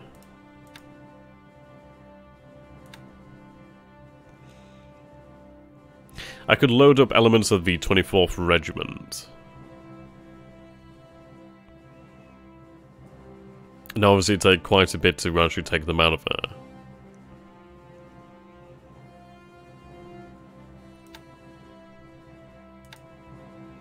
Few on the subs, for the most part they're at 5 to 6 and 7k. Not a huge amount of endurance, but sufficient enough to keep them within the area. At this moment in time we don't have a huge amount. What I'd like to do is actually move a little bit more fuel and some submarine tenders down this way. And then we'll actually have them meet halfway.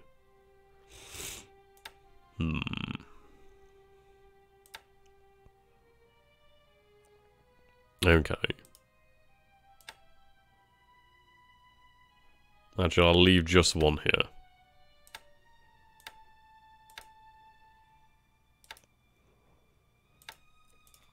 There we go. We are lacking a lot of escorts down this way, so I would like to have additional ones. Right. So what we're going to do then is we're going to go through the 144th. I do worry because I suppose there's always a chance that his troops pick up on that.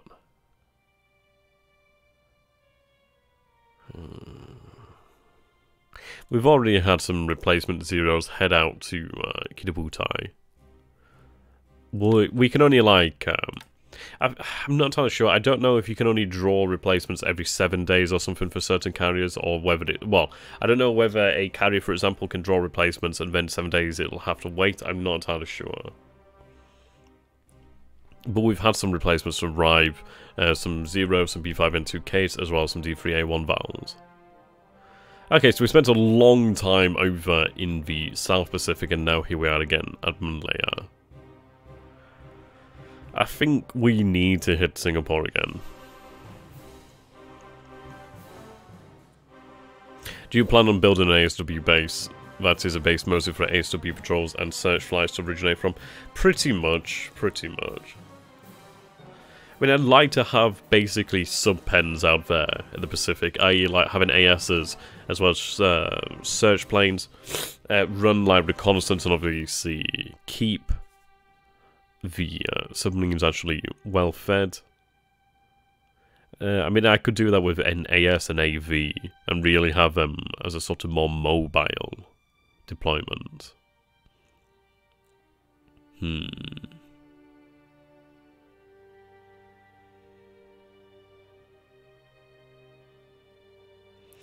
Right. So what we'll do then is we are going to go ahead and hit Singapore again. I think we must do it.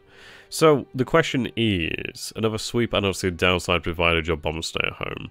Well, the thing is, it's like we could do that, I suppose. It's a question of, do we apply pressure? And there's a massive argument for waiting a day.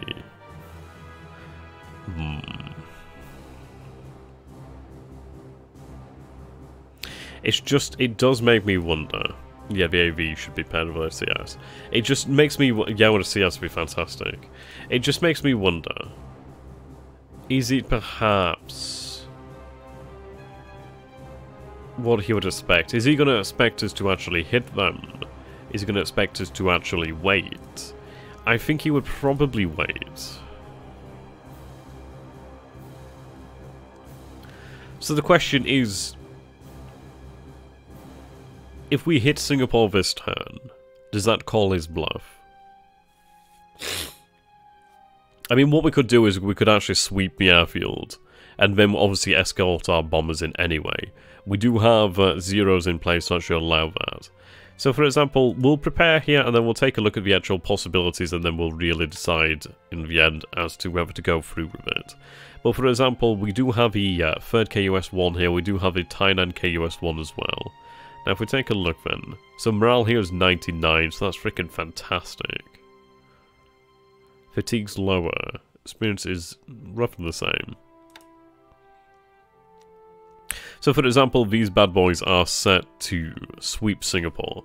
So what I could do here then is actually lower their numbers. So rather than having 30% of the squadron stay behind to combat air patrol, we could actually have them in their totality, so that would be 45 here.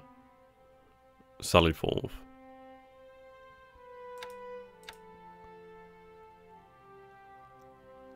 I may have them actually assigned to a new headquarters. I don't know what particular difference that would make. It might help aid in coordination. It may not, but what I'm going to do first and foremost, though, is actually, we'll just save, just in case it causes some sort of issues. So, turn 18, part 2, just save it there. So what I'd like to do is actually try and ensure maximum air coordination.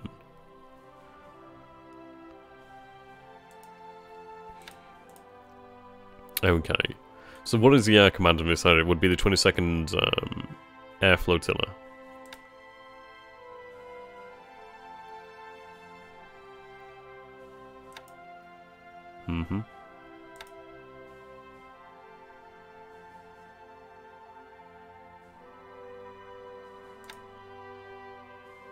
Yeah, his air command's actually pretty damn good.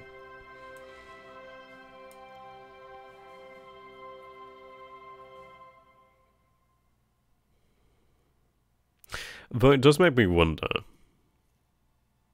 because we could actually potentially change the commander here to Teraoka Kinpai.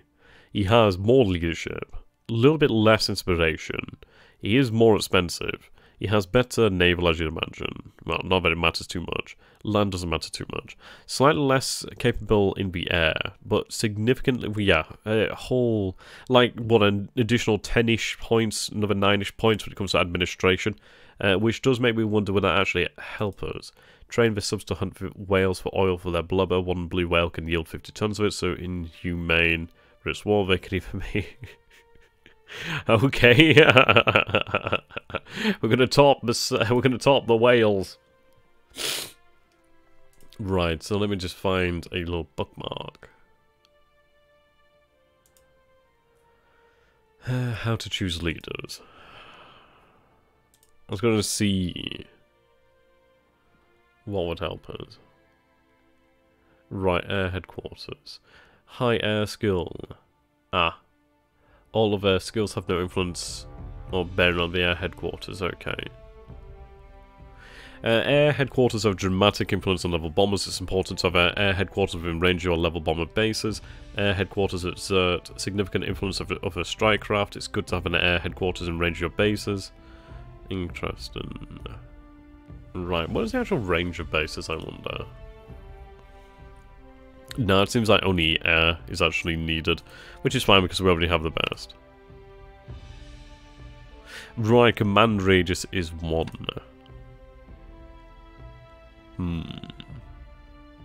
So I see 1 around here. So we could actually do with additional commands over this way. I do have an army headquarters here. Yeah. But I could do with another air headquarters. That's for damn sure.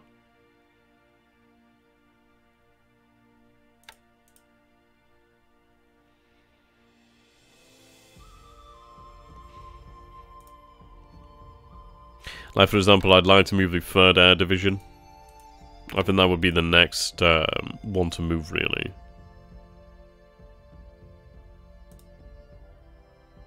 '15th Army here. Right, okay.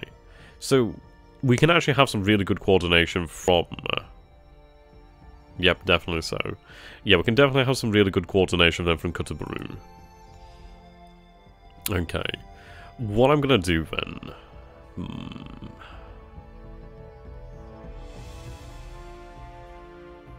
I'll have the 3rd KUS 1 actually sweep Singapore.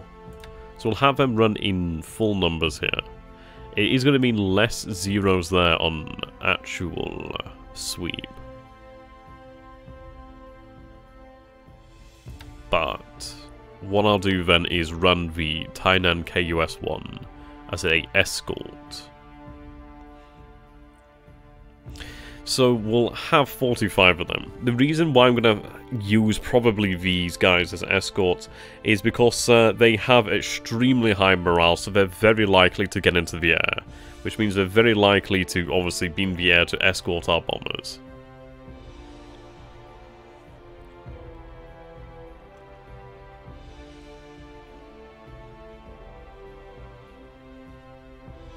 Right, I do believe you can actually improve coordination by assigning escort targets. So basically, I think as far as I can remember, the game will actually check things like this. So for example, if you have these Ki-21s actually assigned to hit the airfield at Singapore, that will help to improve their coordination between fighter and bomber. Okay, so we would be 8,000 feet higher. What I'll probably do then is look to have possibly the Oscars fly at 12,000 feet, and then the... Yeah, I think that'll probably work. I think we'll use the Oscars as more of an escort force than anything. As we'll have a whole lot of zeros going there to sweep, which ideally they arrive first, because if they arrive first, that means that he is going to have his company air patrol there. And imagine they would arrive first, considering that they have... What's their cruise speed? Cruise speed is actually not that high, as I would have imagined. Yeah, the Ki-21 2As actually have a higher cruise speed, which is interesting. Okay.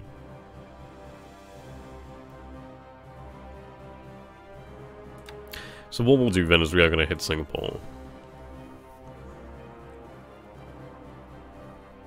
So set all Ki-21 2As over here then. Granted the numbers aren't going to be as high, but I think at the end of the day, I think we still have sufficient numbers to really cause some damage. And the thing is that should we hit Singapore this turn and call his actual bluff, I think there's a very good chance. I think it's something like a 50-50 chance here at the moment. The chance is we go now with lower numbers of bombers, but actually higher number of fighter per bomber. So therefore, if things go bad, we actually have less bombers to be lost. And in the turn after, should the operation be a success, we'd have extra bombers. We'd have more bombers available to us. But obviously then his airfield would be damaged. I do think it's a risk. I think it's one of these things where, yes, it is a risk, and logic would dictate that we'd wait a turn, which is why I think it is actually the correct time to attack, because I think we do have to take into consideration the psychology here. He's seen me take a lot of losses, he knows I'm not happy about it. So perhaps is he going to think, right, okay, he's just lost 40-odd bombers there, surely he wouldn't want to do it again. But yeah, we are crazy like that, we will go for it. But things will actually work out as we'll actually have escorts. The thing was, we took a lot of losses because we had no escorts. This time we will have escorts. Peter would have sued Gary if he put Wales in here to slaughter. Yeah, that's awesome. Okay. So we have the 3rd KUS-1 to sweep, we'll have the Tainan KUS-1 to escort. So that's going to have 45 zeros. Some of them aren't exactly ace pilots, but at least we still have 42 to sweep, 45 to escort. What I could do is actually move the zeros from here at Singora down to Kotobaru. At the end of the day, we do have to take into consideration here that the stack isn't as high as it previously was, so we could probably get away with this maybe. Yeah.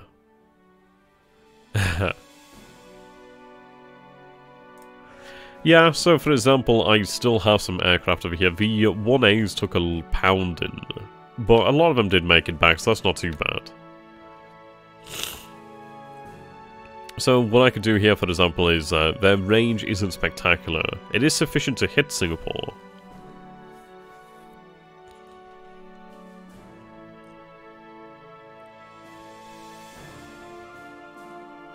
But I honestly think that he might actually run. This is the kind of madness that led to a successful Operation Cerberus. Indeed.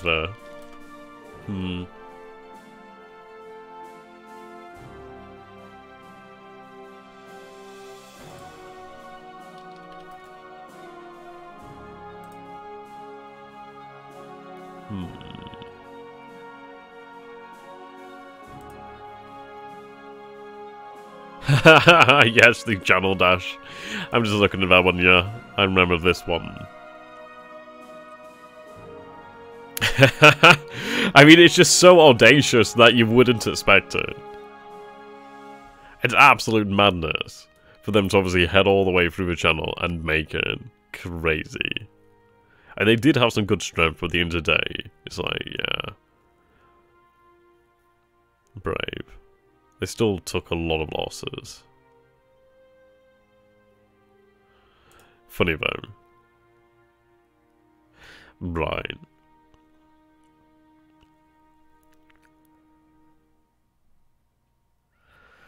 I think what I'm going to do here then is I'll run, let's say, combat air patrol here at 30%.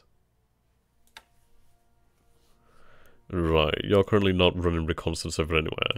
A lot of your planes are in maintenance here at the moment, but you still have one operational, which is all I need right now. So what I'm going to do is actually select a target here. Now, do I have range to actually run? No, I don't. Not quite. Not far, but not quite. I am going to run reconnaissance in the actual area then.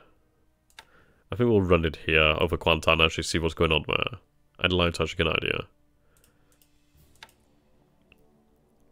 Yeah, I'd love to get them the Ki-43-1Cs. I definitely would. We are building up the numbers of those bad boys I eventually have. You should get them the C variant rather soon because they have almost run out of A's and they have 37 but only 18 pilots. Sorry, only 18 planes. It's a very valid point actually. It's a completely valid point. And yeah, there's no aircraft in the pool, so these are the last of the A's. I mean, we do have 12 Ki-43-1Cs actually available. We'll have, yeah, we'll have the same numbers actually within a couple of days, so I think what we'll do then is we'll get the most out of the 1As, and then we'll retire them. Yeah, the reconnaissance pilots, they lack pilots. Sorry, squadron lack pilots. Ah, yes, that was a squadron that was moving on and off map, so we actually didn't have the ability to send them additional pilots. What we'll do then is we'll just give them the extra pilots they need. I'm going to allow rather poor ones because we can then train them up, and these aren't really too bad at all, actually. Okay. We'll have a couple of them ready next turn.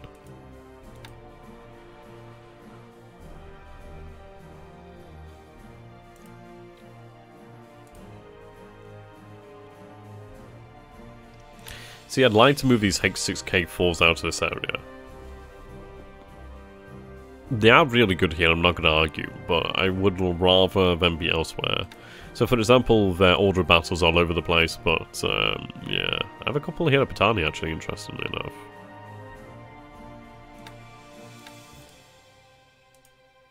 Need to get them the hell out of dodge. Yeah, they're damaged here.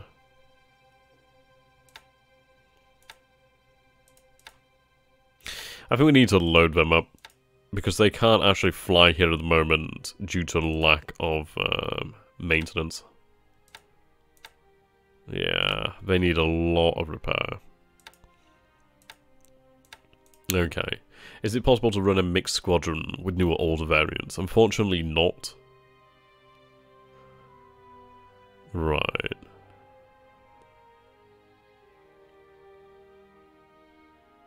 Well, see, this is it. This is why I think that we should actually not do so. Because the fact is, should we actually call his bluff here? Should we actually be successful? Because we'll have more fighters than bombers this turn. So that means we'll have sufficient escorts. I mean, we lost so many last time due to the fact that we had no escorts. But you take a look at his actual numbers over here. 31 fighters. So should he actually run a combat air patrol? Possibly other aircraft could come here. We'll have sufficient A6M2s to actually crush him with a sweep, assuming that arrives first. If not, it would be nice if it arrived first. But basically, we'll take losses to AA, but this is the best opportunity we've actually got now to take control of the situation here. We do have some really good detection. I think it is going to be something worthwhile. And another benefit is, you remember, we have now... Actually, I have Chiyoda over here. Now, you could actually you could actually contribute to this. Fantastic. Indeed. Right. 9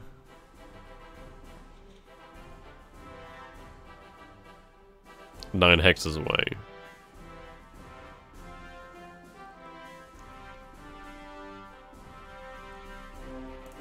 Yeah, we'll send those additional reconnaissance aircraft as well.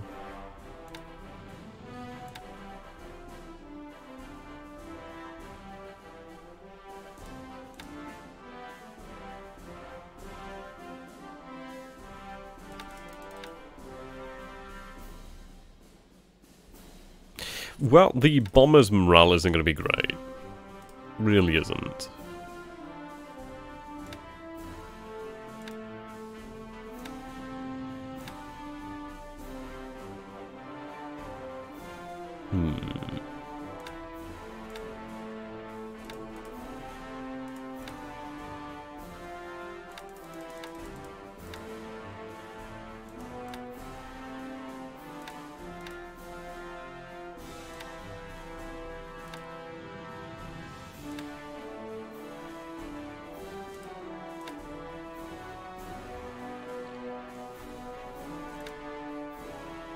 Yep, okay.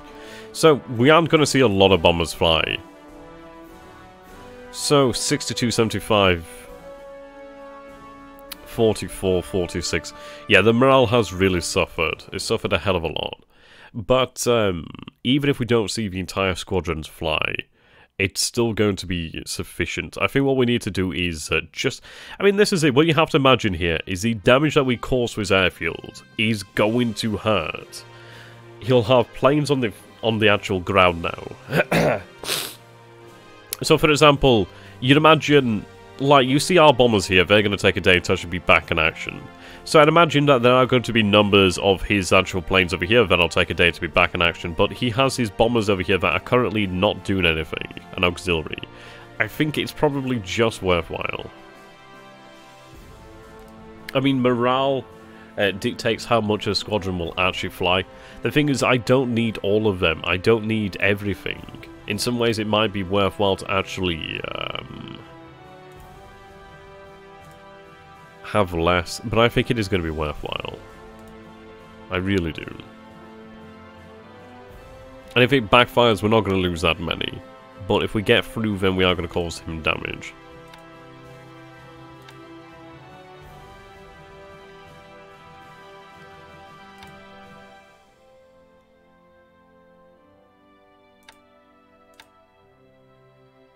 That's the idea here, anyway. Okay. So what I'm going to do then is actually have them assigned... Who's on strategic? Where the hell are you going? Well, one of them's on strategic. Oh, the 1st RTA division. Okay, you've just arrived here. Right, we'll have you offload. What I'm going to do is actually have you start moving down the coast. Well, moving down the actual central jungle road.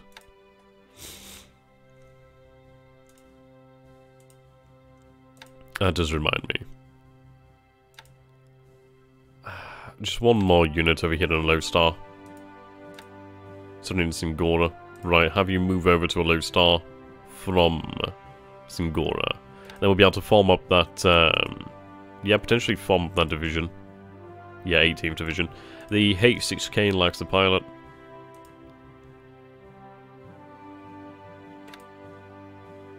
Yeah, it does actually. Good spot.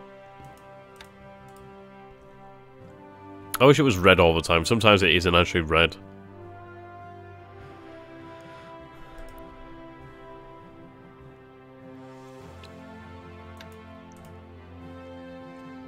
Okay.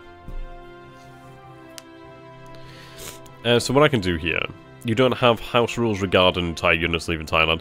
We have a house rule basically that Thai units can leave Thailand within 3 hexes of national borders, but not much further. So I suppose 1, 2, 3. So we could have a move down here, 3 units, sorry, 3 hexes out. Then also we'd have to pull them back. Okay. Right.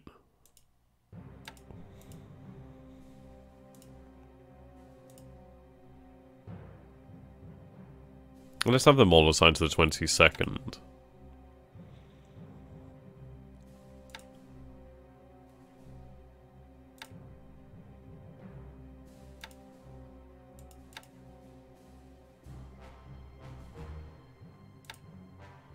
If it helps us out, I think that would be worthwhile. I think at the end of the day, we want them to actually try and coordinate with each other to a superior degree.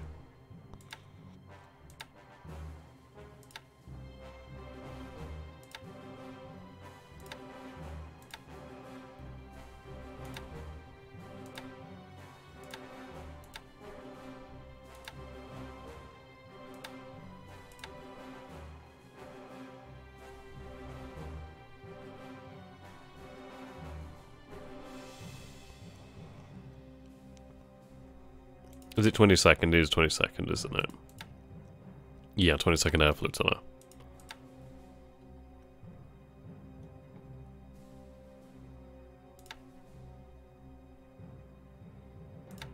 That's actually free.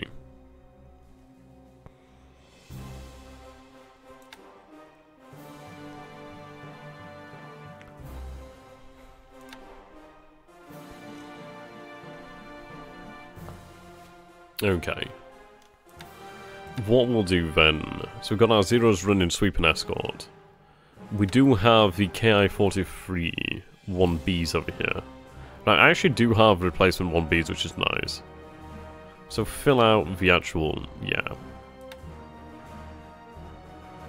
So that's it. That is the last of the KI-43 1Bs as well.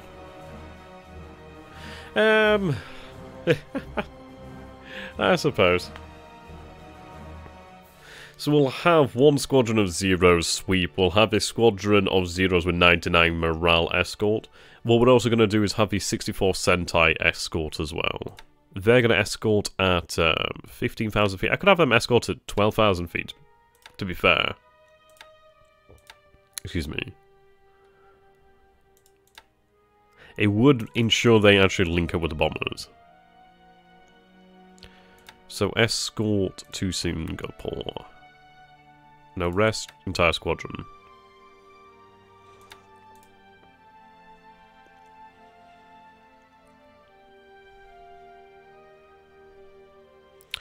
Now, what I'm going to do is actually have... Well, let's see. They're currently running sweep there. We could do it.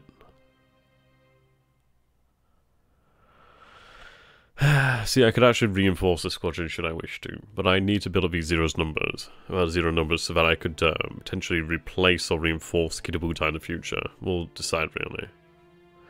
What altitude were enemy fighters flying? See, that's going to be something that we can actually figure out.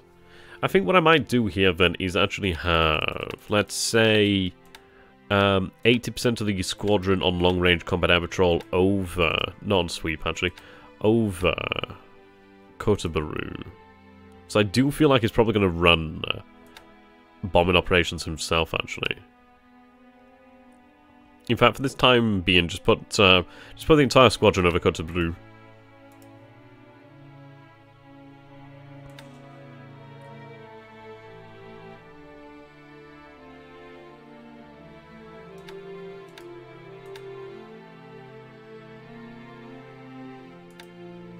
Yeah, the same over here as well with the K431As.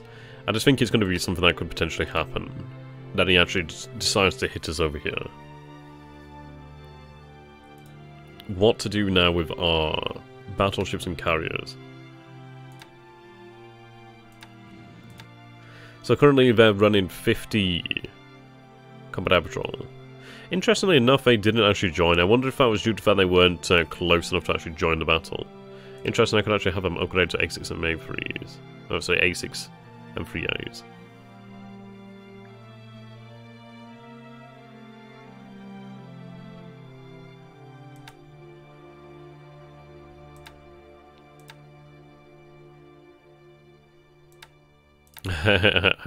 If I could have them upgrade to the SAMs, that'd be awesome.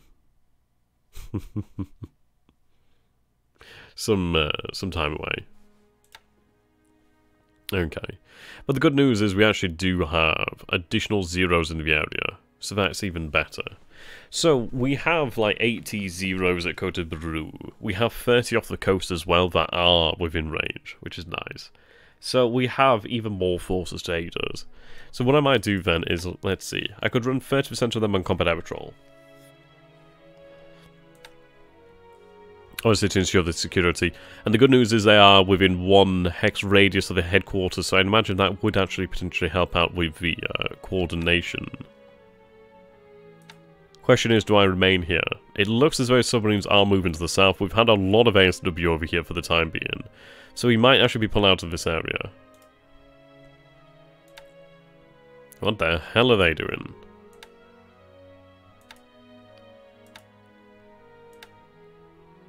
I don't know why they're here. I honestly do not know why they're here. That really confuses me. They're lacking quite a lot of fuel too.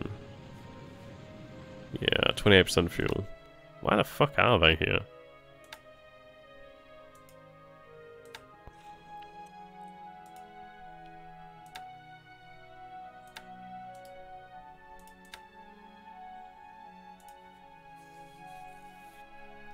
Right, just head to Kotabaru, I guess. Frick knows why you're there. Have a decent amount of fuel here at Kotabaru, which is quite nice. Okay. Now, question is, I do have these additional aircraft over here, but I don't think it's actually worthwhile to use them.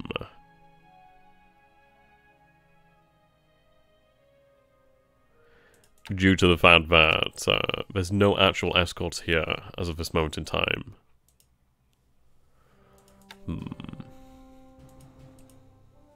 What I'll do is actually have the 1As watch our airfield. Yeah. Yeah, that's true. I mean, we did waste some turns over here by bloody... Just absolute nonsense, really. Absolute nonsense that occurred.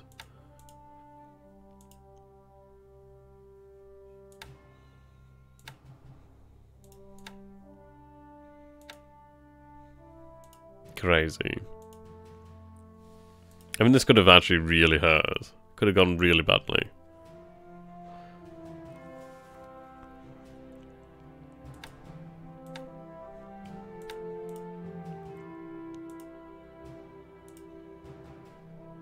I mean, this AV is incredibly valuable to me.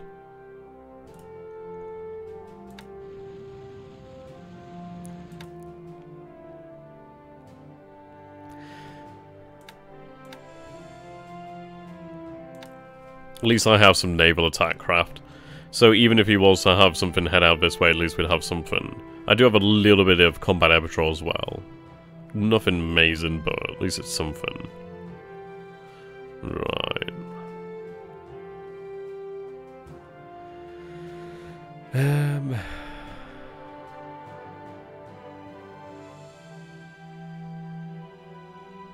Okay.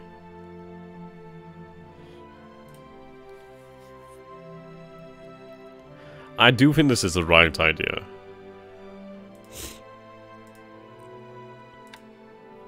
So we fly at 12,000 feet.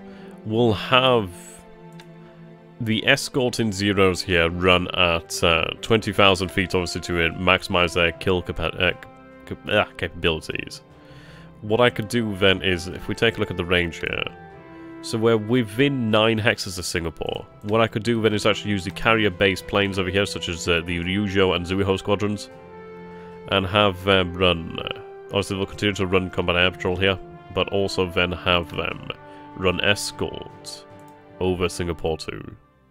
Will you bomb the troops at Brunei? Not yet. The reason, to be honest, we should have already taken Brunei immediately. It's only caused a bloody irritation that we haven't.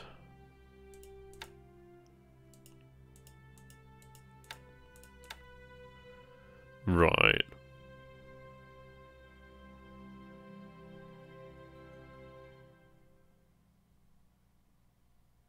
I'm going to have these zeros run lower altitudes. So I think 15,000 feet here.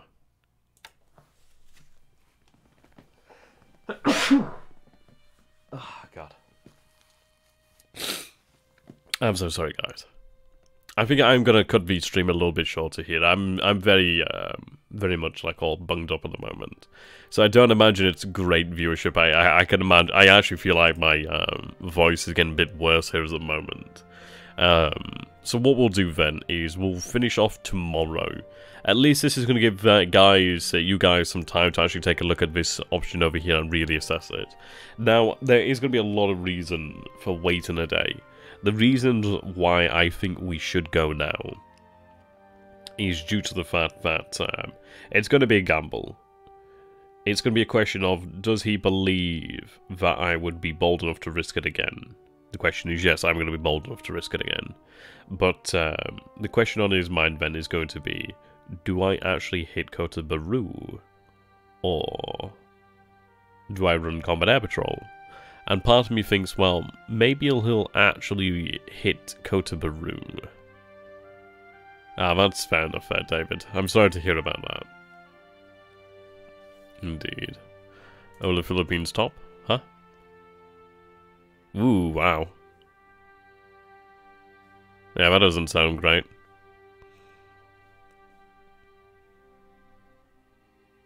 Ouch.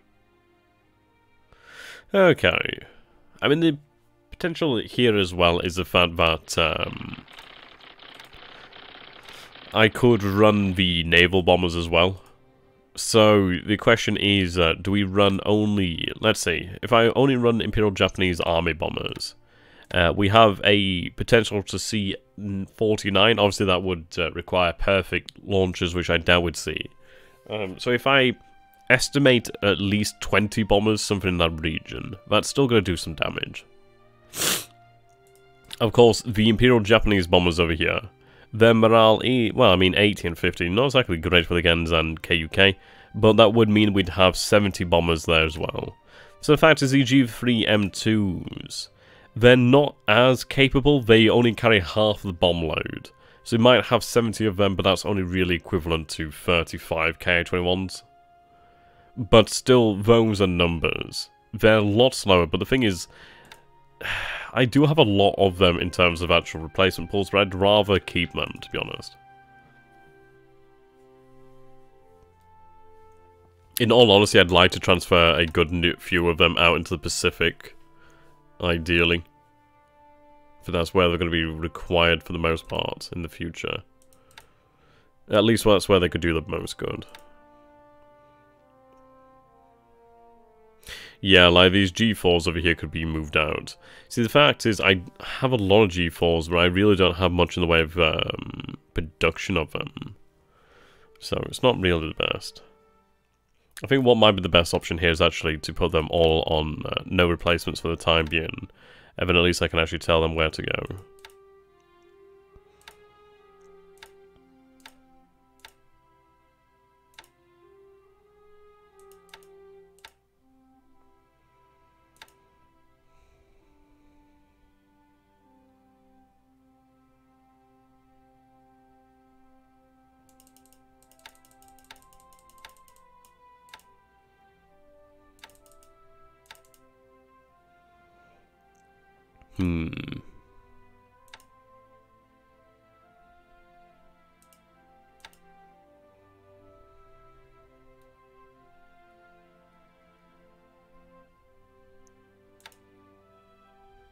In fairness.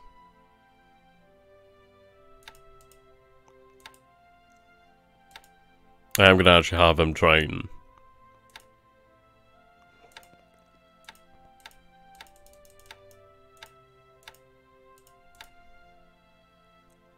I think that'd make a lot more sense.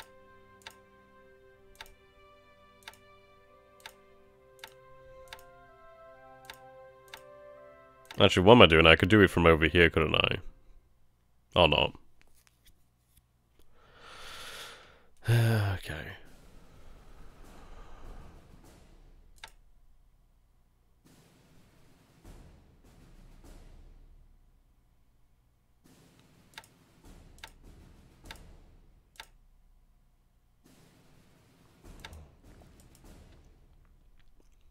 Yeah. So the fact is, let's take a look. Oh, I actually do have another Squadron Ki-21 2As over here. Nice.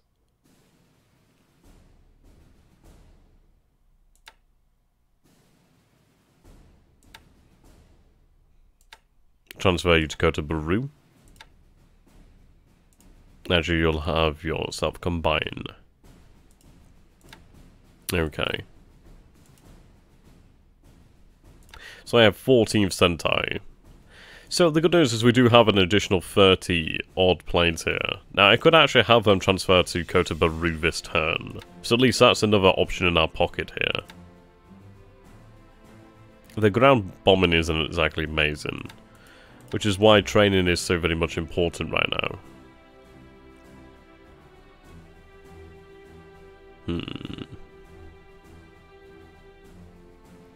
Waiting on our forces to converge. Yeah. Right, now something I actually want to do. Won't this also be a perfect time for you to hit the port?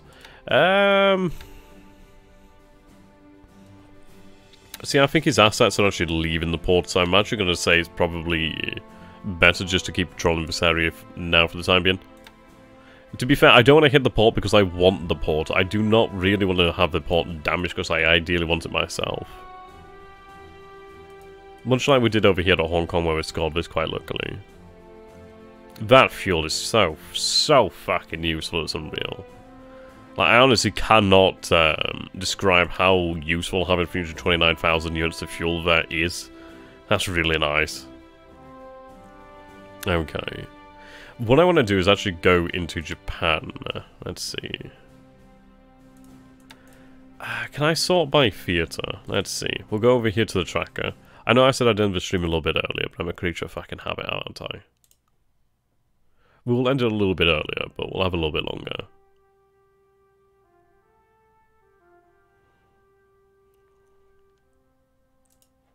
Okay. They're going to be running naval strikes. Did I actually launch it? Ah, there we go.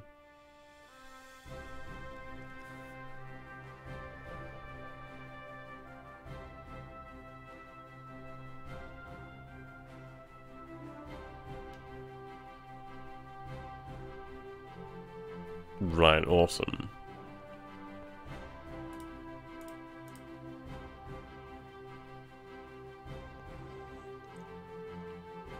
There's still much yet to do.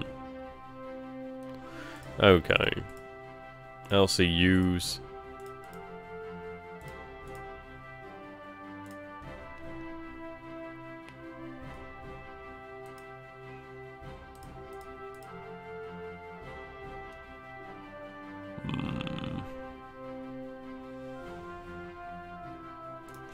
What army covers Japan? Is it General Reserve? General Defense?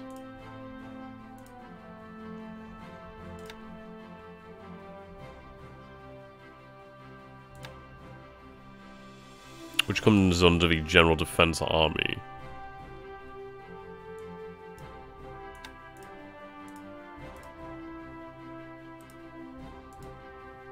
There we go, General Defense Army.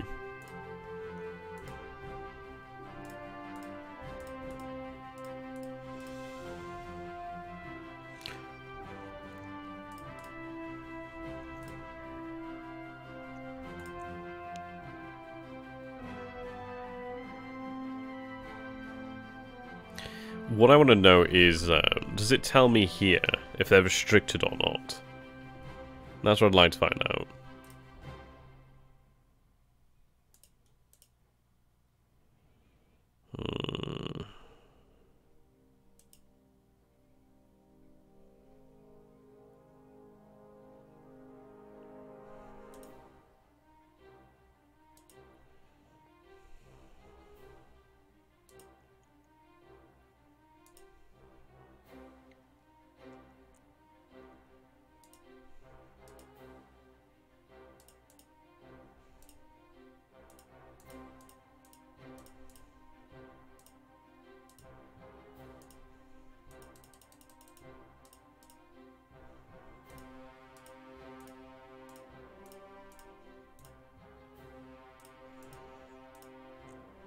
Okay.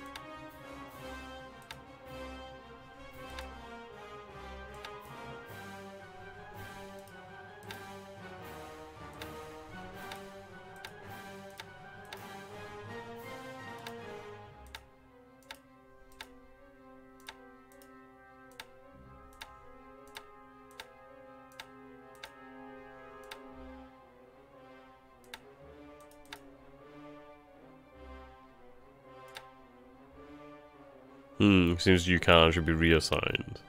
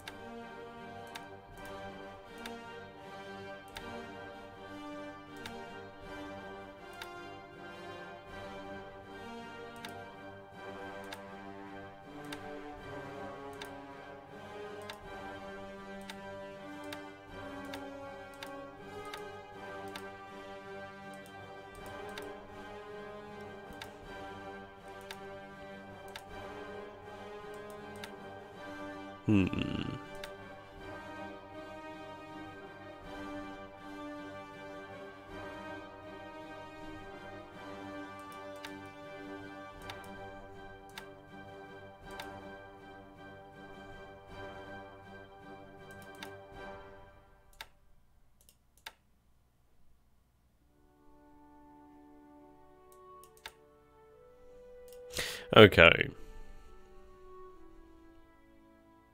Actually, can I sort over here? Oh, I can. Oh, well, fuck. Oh, well, there we go. Unrestricted.